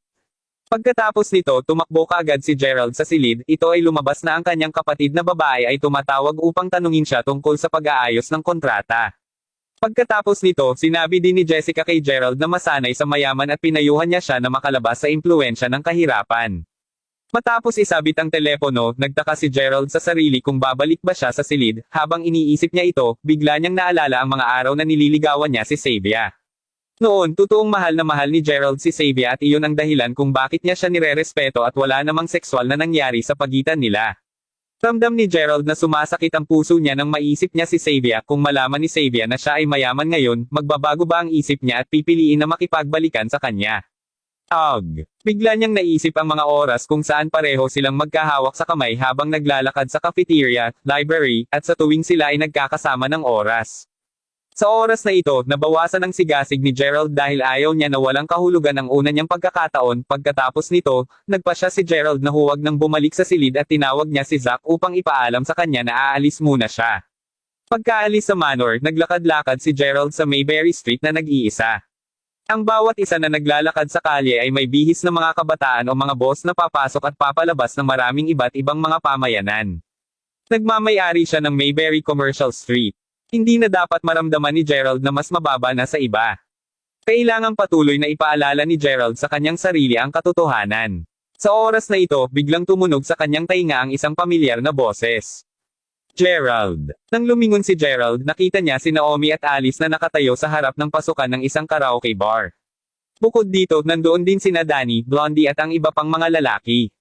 Aba, Gerald, ikaw talaga. Hindi mo sinabi na babalik ka sa dormitoryo. Bakit ka napunta sa Mayberry Commercial Street? Bakit ka nagsinungaling sa akin? Tumakbo si Naomi kay Gerald bago niya ito tinanong ng may galit na ekspresyon sa mukha. Naiiwan si Gerald na walang imak. Kabanata 7. Gulat na gulat ang ulo ni Gerald. Sa katunayan, sinusubukan niyang iwasan si Naomi at ang kanyang mga kaibigan. Lalo na gusto niyang iwasan si Alice dahil tila galit na galit ito sa kanya. Sa makatuwid, hindi ginugol ni Gerald ang kanyang oras sa pagsubok sa kanya. Si Danny ang nagmungkahi na magsaya kami sa Emperor Karaoke Bar sa Mayberry Commercial Street. Kung susubukan mong tumakas sa oras na ito, hindi na kami magiging magkaibigan. Sinabi ni Noemi kay Gerald ng pauna. Palagi siyang naging isang prangka at palabas na tao at hindi niya masyadong pinag-isipan ang anumang sitwasyon. Sa makatuwid, hindi niya kailanman maiintindihan na si Gerald ay hindi mula sa parehong mundo tulad nila. Siyempre, ito lang ang nakaraan. Nang makita ni Naomi na walang sinasabi si Gerald, mabilis niyang sinabi muli, sige, tara na at magsaya tayo. Alam kong natatakot ka na susubukan ni Danny na pahirapan muli ang mga bagay, ngunit huwag kang mag-alala tungkol sa kanya. Kung susubukan kanyang pumili ulit, sisiguraduhin kong magtuturo sa kanya ng isang aralin. Nakangiti lang si Gerald nang marinig ang sinabi ni Noemi. Alam niya na kung ipagpapatuloy niya ang pagtanggi sa kanyang paanyaya, magagalit talaga siya sa kanya. O sige, dapat ay masaya lang sila magkasama noon. Dali-dali namang inakay ni Noemi si Gerald sa pasukan ng Emperor Karaoke Bar. Nang tiningnan ni Gerald ang pangalan ng bar, napagtanto niya na ito ay isa sa mga pag-aari na nakarehistro sa ilalim ng kanyang sariling pangalan. Si Gerald ay hindi pa nagkaroon ng pagkakataong gawin ito dati, ngunit sa oras na ito, makakabayad na rin siya sa wakas para sa kanyang mga kaibigan. Oh, narito din si G. Crawford sa Mayberry Commercial Street. Alam mo ba ang paraan sa paligid ng lugar na ito? Alam mo ba kung saan ka maaaring magkaroon ng maraming kasiyahan dito? Maaari kong ipakita sa iyo sa paligid. Lumakad si Danny kay Gerald na may isang malambing na ngiti sa labi. Danny, manahimik ka na. Ano ang binalaan ko sa iyo bago ito? Napatingin si Naomi kay Danny na may galit na ekspresyon sa mukha. Ngumiti si Danny bago niya sinabi, okay. Sinusubukan ko lang na maging mabait sa kanya. Pagkatapos ng lahat, ang Mayberry Commercial Street ay kung saan ang mayaman at makapangyarihang tao ay karaniwang nagkakaroon ng kasiyahan. Dahil nais ni Gerald na tumingin sa paligid ng kalye, mas masaya ako na ipakita siya sa paligid. Nakatingin lang si Alice kay Gerald sa oras na ito. Pakiramdam niya ay nakakahiya talaga na makitang kasama ni Gerald sa publiko. Pagkatapos nito, nagmamadaling nagtanong si Alice, "Oh sige, bakit hindi muna tayo pumasok?" Danny, naibok mo na ba ang pribadong silid? Oo, naibok ko na ang silid, hiniling ko sa isang kaibigan ko na tulungan akong gawin ito. Pagkatapos ng lahat, ang mga silid ay karaniwang buong naibok sa oras na ito. Sundan mo ako. Pagkatapos nito, pinangunahan ni Danny ang pangkat ng mga tao sa karaoke bar. Ito ang kauna-unahang pagkakataon na nakapasok si Gerald sa isang karaoke bar at naisip niya na ito ay talagang isang medyo maluho na lugar. Bukod dito, ang pribadong silid na naibok para sa kanila ni Danny ay talagang napakalaking at marangyang. Mayroon ding isang malaking tangke ng isda na may ilang mga kumikinang na mga gintong arawana na isda dito. Pagkapasok sa silid, ang mga batang babae ay naupo sa isang sulok samantalang si Gerald ay nakaupo sa isa pang sulok kasama ang natitirang mga kasama sa silid. Sa oras na ito, nagsimula silang magpalitan upang kumanta at ang kapaligiran sa silid ay napakasigla. Ang mga batang babae ay nagpatuloy na nakikipag-chat sa kanilang sarili at inilagay ni Alice ang kanyang mga binti sa sofa, ipinapakita ang kanyang mahabang puting binti. Mayroong talagang mga isda ng arawana dito. Patuloy na nakatingin si Gerald sa tank ng isda dahil sa pag-usisa. Nabasa na niya ang tungkol sa kung gaano kasikat ang mga isda sa arawana dahil sa swerte at kapalaran na sinasabing dinala nila. Gayunpaman, naramdaman niya na parang ang mga isda ng arawana na ito ay ganap na naiiba kumpara sa mga nakita niya sa mga libro dati.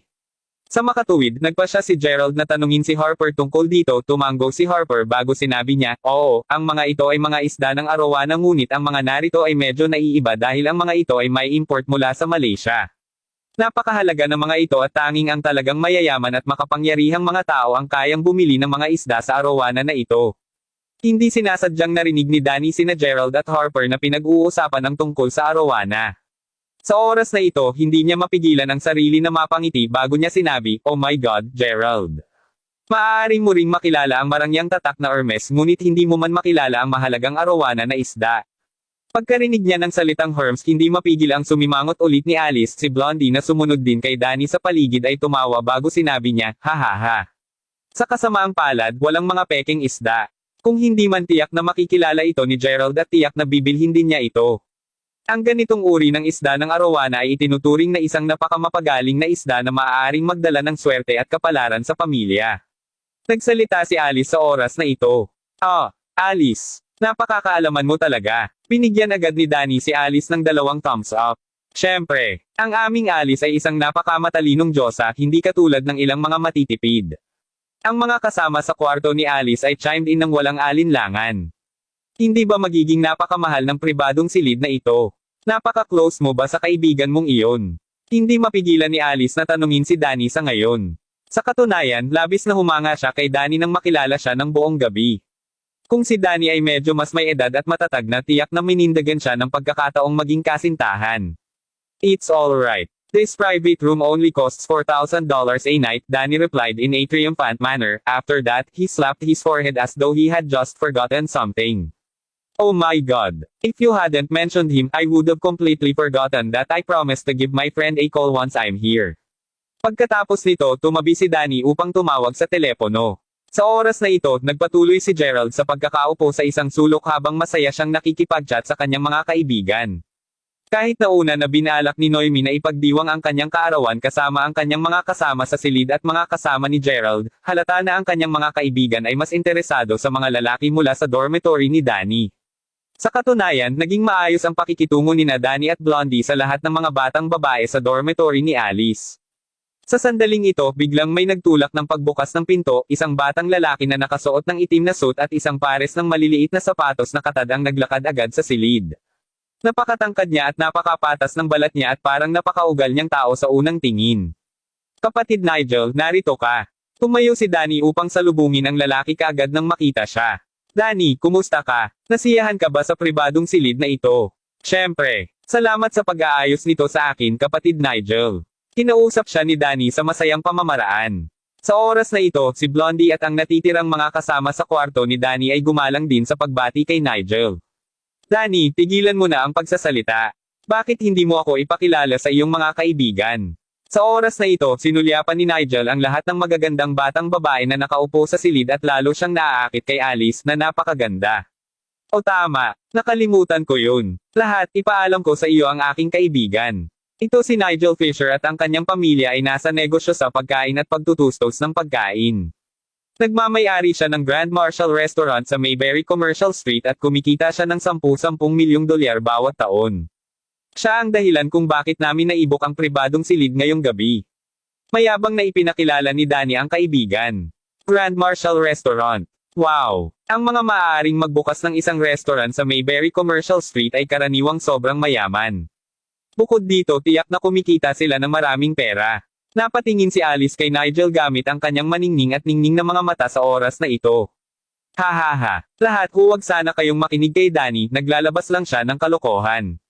Ang liit talaga ng negosyo ng pamilya ko. Tulad ng para sa kadahilanan kung bakit madali akong makapag-book ng isang silid sa Emperor Karaoke Bar, ito ay dahil lamang sa ang manager ay malapit na kaibigan ng aking ama. Kung kailangan mo ng tulong sa pag-book ng isang silid sa hinaharap, mangyaring huwag mag-atubiling lumapit sa akin.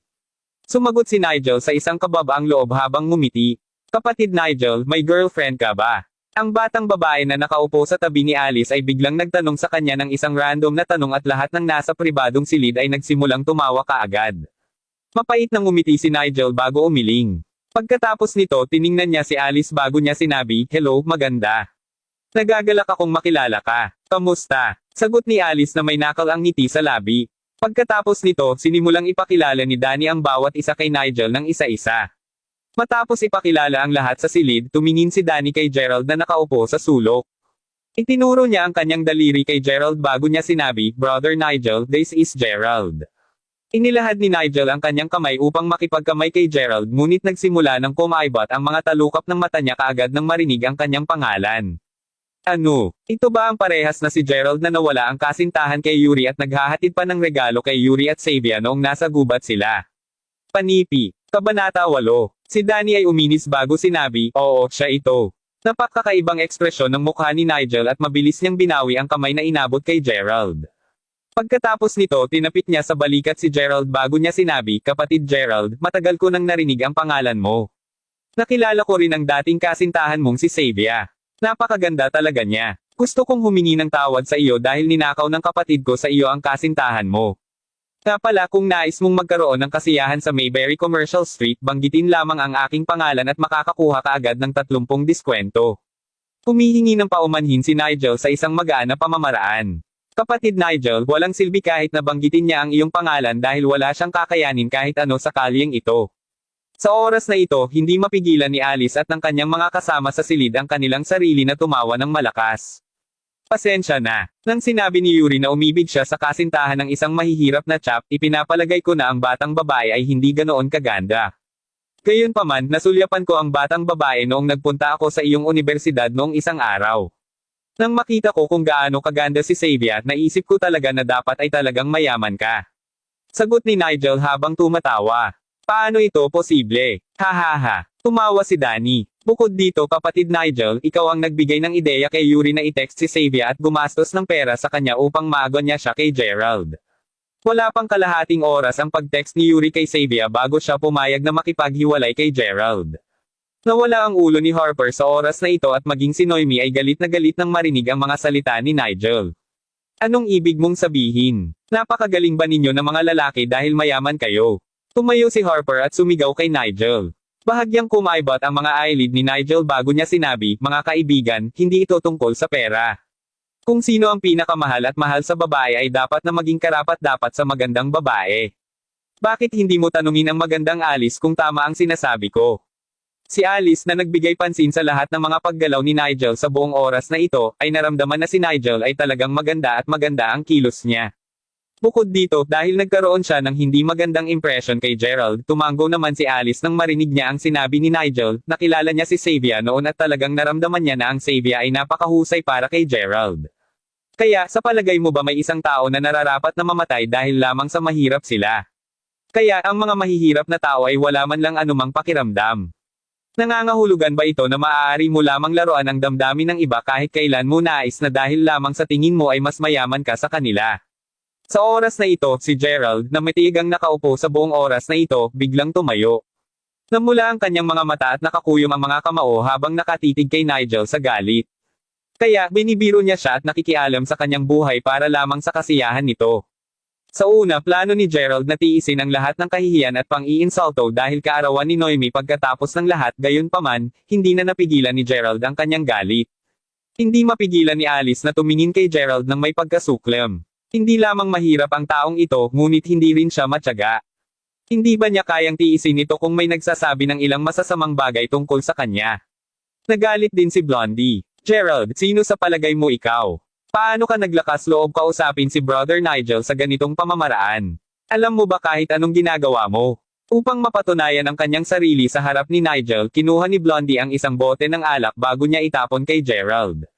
Hindi ito ang kanyang kauna-unahang pagkakataon na tamaan si Gerald.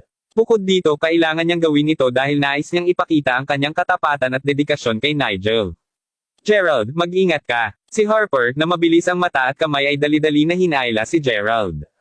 Ang botelya ay lumipad pasado kay Gerald nang hindi siya hinampas. Boom! Ang tangke ng isda na inilagay sa pribadong silid ay agad na nabasag. Wow! Binaling ng lahat ang kanilang mga mata upang tingnan ang basag na tangke ng isda. Ito, natigilan si Blondie. Namutla agad ang mukha niya. Kahit na sina Danny at Nigel ay nagulat sa oras na ito. Damn it! Napakamahal ng isdang arawana na ito. Sigaw ni Danny habang nakatitig kay Blondie sa sobrang takot. Nawala ng salita si Blondie habang nilunok ang laway niya. Kapatid Danny, kapatid Nigel, hindi ko ito sinasadya. Hindi ko talaga inasahan na maiiwasan ni Gerald ang bote ng alak. Hindi ko talaga sinasadya na gawin ito.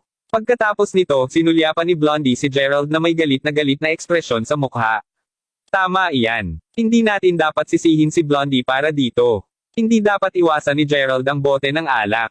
Kung sa bagay kung siya ay tinamaan, dapat lang niya itong tanggapin tulad ng isang lalaki. Ano pa rin ang big deal? Bakit ka lumayo? Kahit na takot ang mga babae, sinisisi nilang lahat si Gerald sa pag-iwas sa bote ng alak. Anong nangyari dito? Sa oras na ito, ang isa sa mga naghihintay na narinig ang malakas na tunog ay sumugod sa pribadong silid kasama ang ilang mga security guard. Ang tangke ng isda na may mga isda ng arawana sa pribadong silid ay nawasak. Ang pinuno ng pangkat ng seguridad ay nakatingin sa karamihan ng tao bago siya nagtanong sino ang gumawa nito. Ang arawana fish na ito ay na-import mula sa Malaysia at napakahalaga at hindi mabibili ng salapi. Paano ito madurog habang siya ay nasa tungkulin? Napatulala ang pinuno ng security team. Kapatid Barry, lahat ito ay hindi pagkakaunawaan. Sa palagay mo maaari mong itago ang bagay na ito mula kay Brother Flynn. Mabilis na naglabas ng sigarilyo si Nigel bago niya ito maipasa kay Barry. Tinaas ni Barry ang kanyang kamay upang tanggihan kaagad ang sigarilyo. Nigel, huwag kang magkamali ngunit dapat mong maunawaan na ito ay isang napakamahal na tank ng isda at isda. Walang paraan na maaari kitang tulungan sa bagay na ito. Wala akong pagpipilian kundi makipag-ugnay kaagad sa manager. Pagkatapos nito, nagsalita kaagad si Barry sa kanyang walkie-talkie, makalipas ang ilang sandali, isang lalaki na nasa 30 taon na ang edad ay lumapit kasama ang isang pangkat ng mga tao. Siya ay walang iba kundi ang tagapamahala ng Emperor Karaoke Bar, si Flynn Lexington. Kapatid Flynn. Sinalubong siya ni Nigel na may ngiti sa labi. Tiningnan ni Flynn ang gulo sa pribadong silid. Pagkatapos nito kumunot ang noo niya bago sinabi, Nigel, anong nangyari? Bakit sinira ninyo ang tangke ng isda? Hindi, bakit naman maglalakas loob kaming gawin iyon, kapatid Flynn? Hindi sinasadyang binasag ng isa sa aking mga kapatid ang tangke ng isda dahil masyado siyang nabalisa. Napakamagalang ni Nigel nang kausapin niya si Flynn. Kahit na si Flynn ay tagapamahala lamang ng Emperor Karaoke Bar, alam ng lahat na nagtatrabaho siya para kay Zach Lyle. Kahit na ang sariling ama ni Flynn ay kailangang magalang nang makausap niya ito. Sinamok ni Blondie ang laway niya bago siya tumayo at sinabi, kapatid Flynn, lahat ito ang may kasalanan sa akin. Galit talaga ako kaya binato ko siya ng isang bote ng alak. Bilang isang resulta, iniwasan niya ang bote ng alak at ang bote ng alak ay tumama sa tangke ng isda sa halip. Tumingin si Flynn kay Blondie na may galit na ekspresyon sa mukha. Pagkatapos nito, sinipa niya sa tiyan si Blondie bago siya pumili ng isa pang bote ng alak at diretso na hinampas ang ulo ni Blondie. You were angry. I'm angry now. What? Ang lahat ng mga batang babae ay kinilabutan sa oras na ito. Ano ang dapat nating gawin? Ang Arowana Fish Tank ay itinayo upang umakma sa panloob na dekorasyon sa pribadong silid na ito. Orihinal, dapat kang magbayad ng doble sa presyo ng tank ng isda para sa paglabag nito, ngunit Nigel, magpapakita ako sa iyo ng paggalang sa ngalan ng iyong ama at sisingilan ka lang ng orihinal na presyo ng tank ng isda, na $200,000. Huwag mong sabihing hindi kita tutulungan. Pagkatapos nito, lumabas agad si Flynn sa pribadong silid. Naturally, ang dalawang bodyguards ay nagpatuloy na binabantayan ang pintuan sa oras na ito. Ano ang dapat nating gawin, Kuya Danny? Mayroon lamang akong $5,000. Ani Blondie habang nakaupo siya na may dumadaloy na dugo sa kanyang ulo. Nagsalita si Danny at sumagot, mayroon akong $50,000 na dapat ay aking allowance para sa susunod na buwan. Labis na galit si Naomi. Gayunpaman, dahil narito ang lahat upang ipagdiwang ang kanyang kaarawan, hindi ito naging kahulugan para sa kanya na balewalain lamang ang bagay na ito. Sa makatuwid, sumagot si Noemi, mayroon akong halos $10,000. Ang bawat isa sa pribadong silid ay nagsimulang magkasama ang kanilang pera.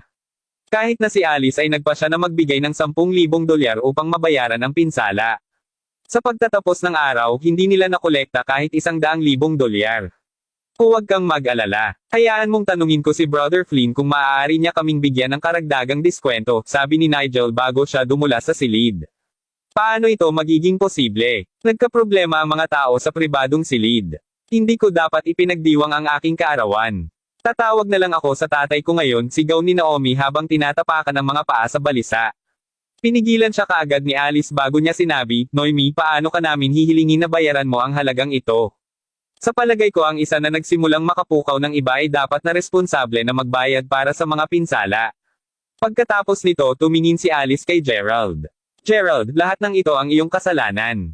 Ikaw ang nagsimulang pukawin si Brother Nigel. Kung hindi dahil sa iyo, hindi mawawala ang galit ni Blondie at sinubukang hampasin ka ng bote ng alak. Cold na sabi ni Alice. Oo. Pumayag agad ang grupo ng mga batang babae. Sa oras na ito, muling nagsalita si Noemi. Mangyaring itigil mo na lang. Itigil ang sisihin kay Gerald sa lahat. Lahat kayo ay hindi kailangang mag-alala tungkol sa perang ito.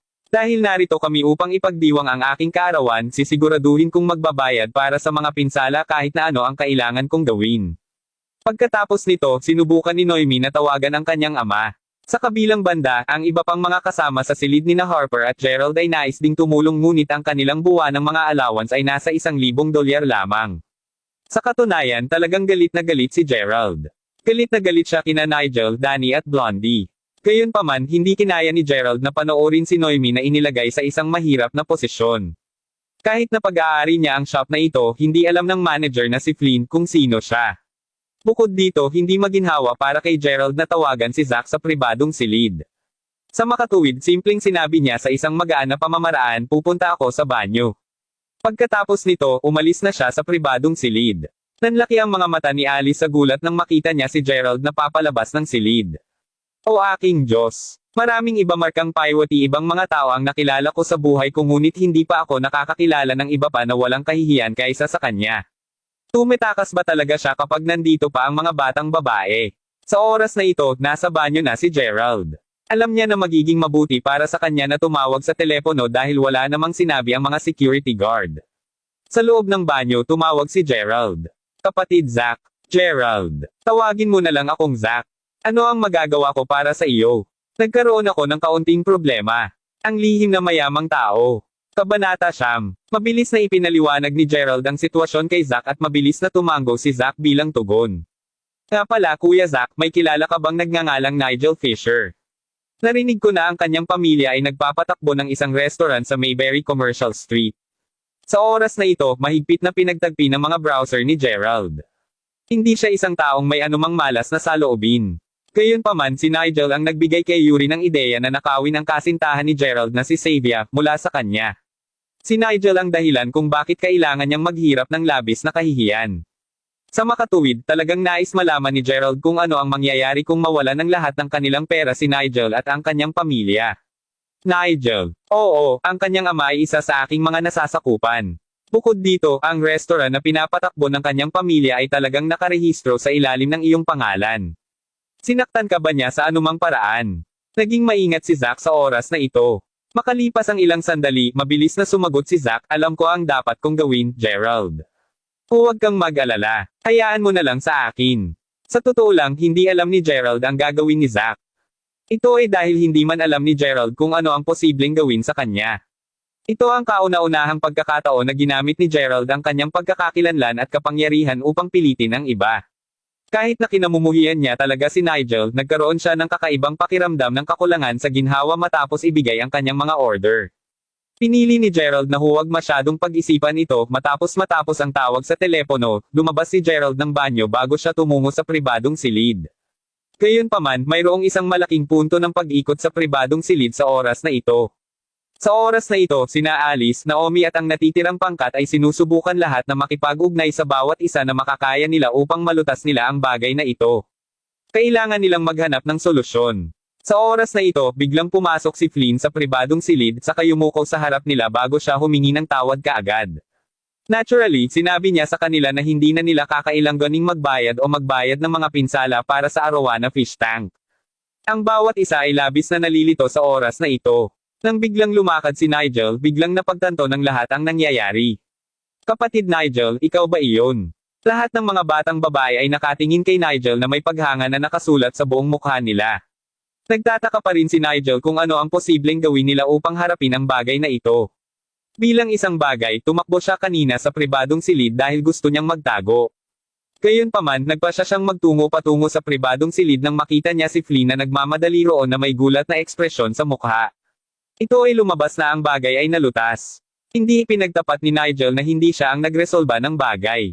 Sa halip ay simpleng ngumiti siya at sinabi, si Kuya Flynn at ang aking ama ay mabuting magkaibigan.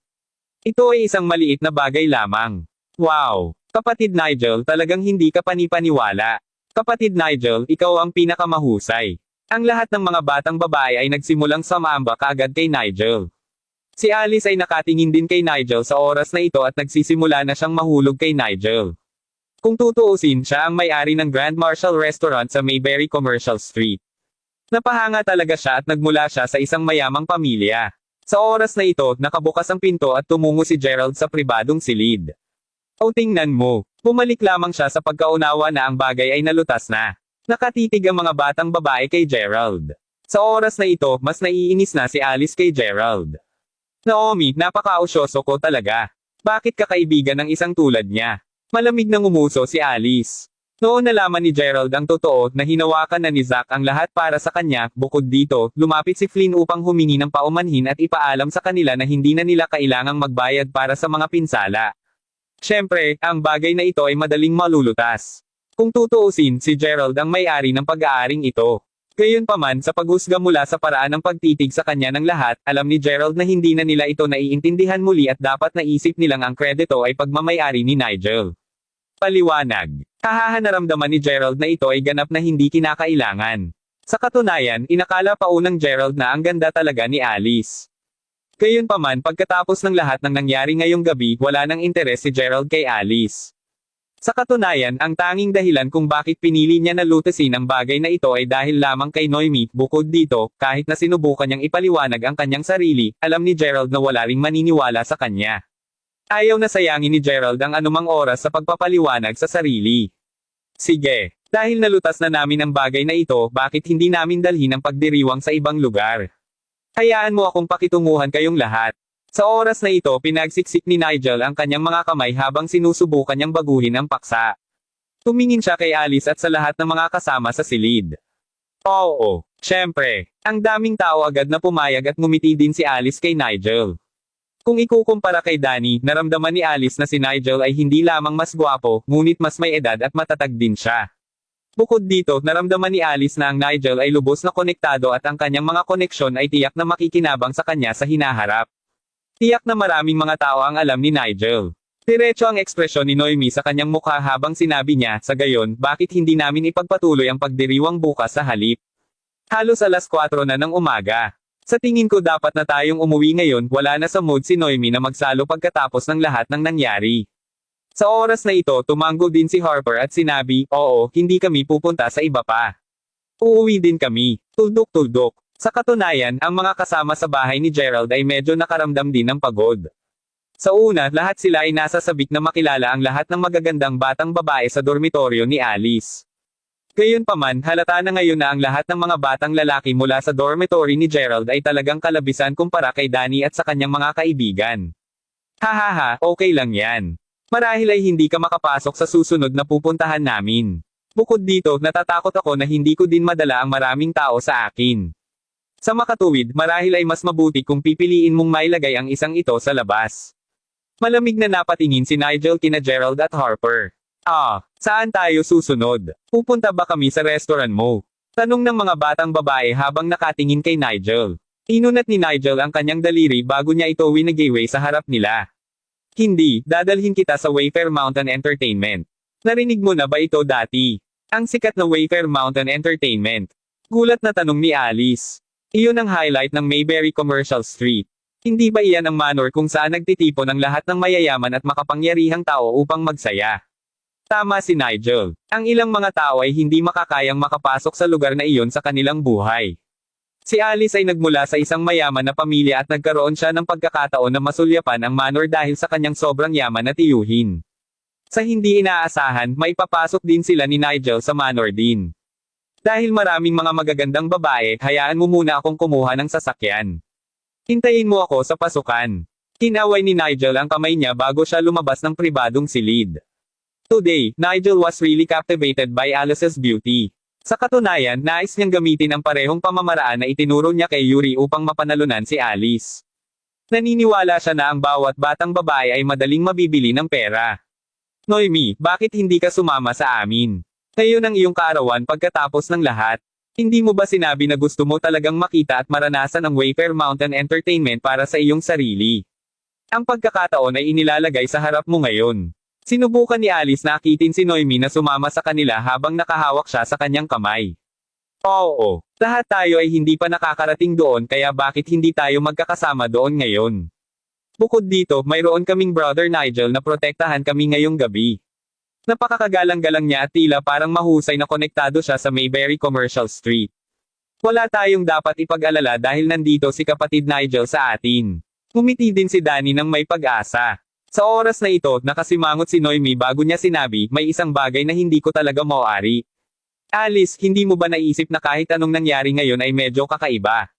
Sumimangot si Alice bago siya nagtanong, kakaiba? Ano pinagsasabi mo, tinutukoy mo ba ang insidente tungkol sa tangke ng isda ng Arowana? Opo, sagot ni Noemi habang nagpatuloy sa pagsimangot. Malinaw mong makikita ng lahat na si Flynn ay napakakulit-ulit at malinaw kung sinabi niya sa amin na bayaran ang mga pinsala na $200,000.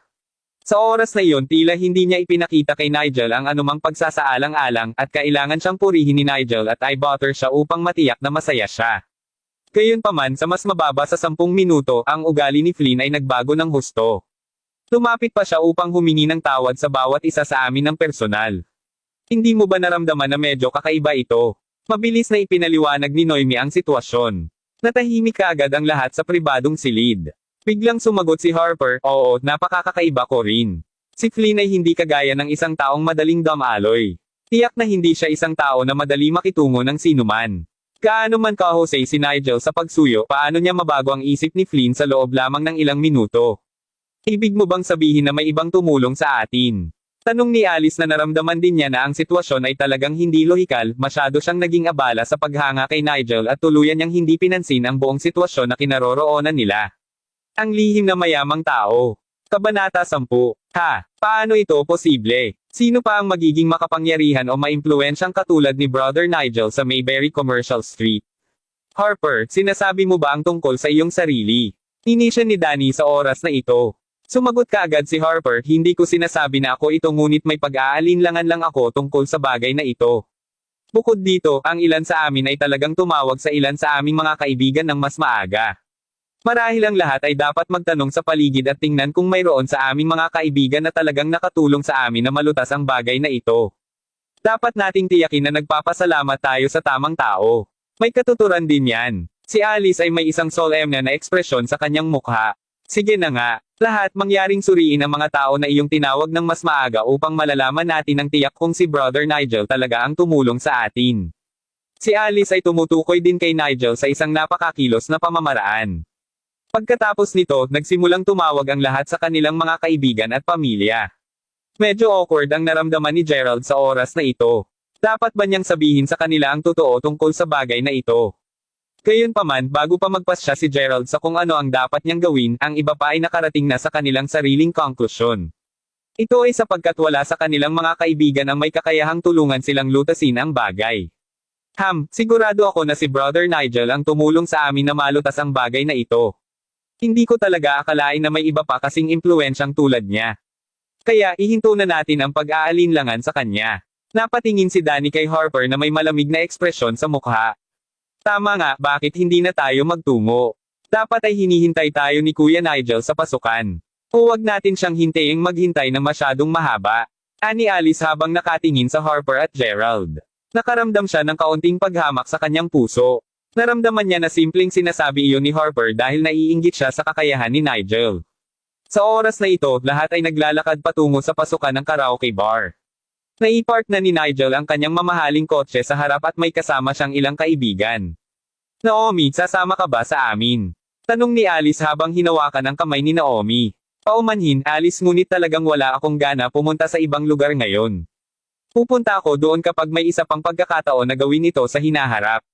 Noon pa man ay naging napaka-prangka ni Noemi at naramdaman niya na si Nigel ay medyo masyadong mapagkunwari. Sa makatuwid, hindi niya masyadong nagustuhan siya. Dahil hindi mapaniwala ni Alice si Noemi na sumama sa kanila, nagpasya siyang iwanan si Noemi at sa halip ay umalis na siya kasama ang iba pa niyang kasama. Naghiwalay silang lahat sa harap ng karaoke bar. Napatingin si Gerald kina Naomi at Harper habang papalabas na sila sa karaoke bar. Kitang-kita niya ang bigo na ekspresyon sa kanilang mga mukha. Malinaw na nais din nilang bisitahin ang Wayfair Mountain Entertainment. Gayunpaman parang pinipigilan ni na Harper at Noemi dahil sa kanya. Hindi mapigilan ni Gerald na labis na makonsensya sa buong sitwasyon. Sa makatuwid, gumawa ng pangako si Gerald sa kanyang sarili na siguradong dadalhin niya ang dalawa sa Wayfair Mountain Entertainment upang makita at maranasan nila ang manor para sa kanilang sarili balang araw. Matapos ang halos kalahating oras, ipinark ni Nigel at ng kanyang mga kaibigan ang kanilang mga mamahaling kotse sa harap ng pasukan ng Wayfair Mountain Entertainment. Si Alice at ang kanyang mga kaibigan ay sunod-sunod na lumabas ng mga kotse. Tumigil ka na. Bawal kang pumasok. Hindi inaasahan, bago pa man sila makapasok sa manor, kaagad na pinigilan sila ng ilang sanay na mga security guard na nakasuot ng itim. Mga kapatid, hindi mo ba ako naaalala? Ako si Nigel at ang aking ama ay si Adam Fisher. Dinala ko ang ilan sa aking mga kaibigan sa kanya upang magsaya ngayon. Inilagay ni Nigel ang kanyang mga kamay sa kanyang bulsa at ngumiti siya habang nakatingin sa mga bodyguard na parang may inaasahan siyang mangyayari. Hahaha, Nigel, talagang sobra mong iniisip ang iyong sarili. Isang napakahalagang nangyari sa iyong pamilya ngunit nandito ka pa rin sa labas na nagkakaroon ng kasiyahan sa iyong sarili, hindi ba? Natatakot ako na ang gabing ito ay hindi lamang ang gabing hindi ka papayagan sa manor. Natatakot ako na hindi ka makakapasok sa Wayfair Mountain Entertainment sa hinaharap. Inisya ng mga bodyguard si Nigel na may kasuklam-suklam na ekspresyon habang nakatingin kay Nigel.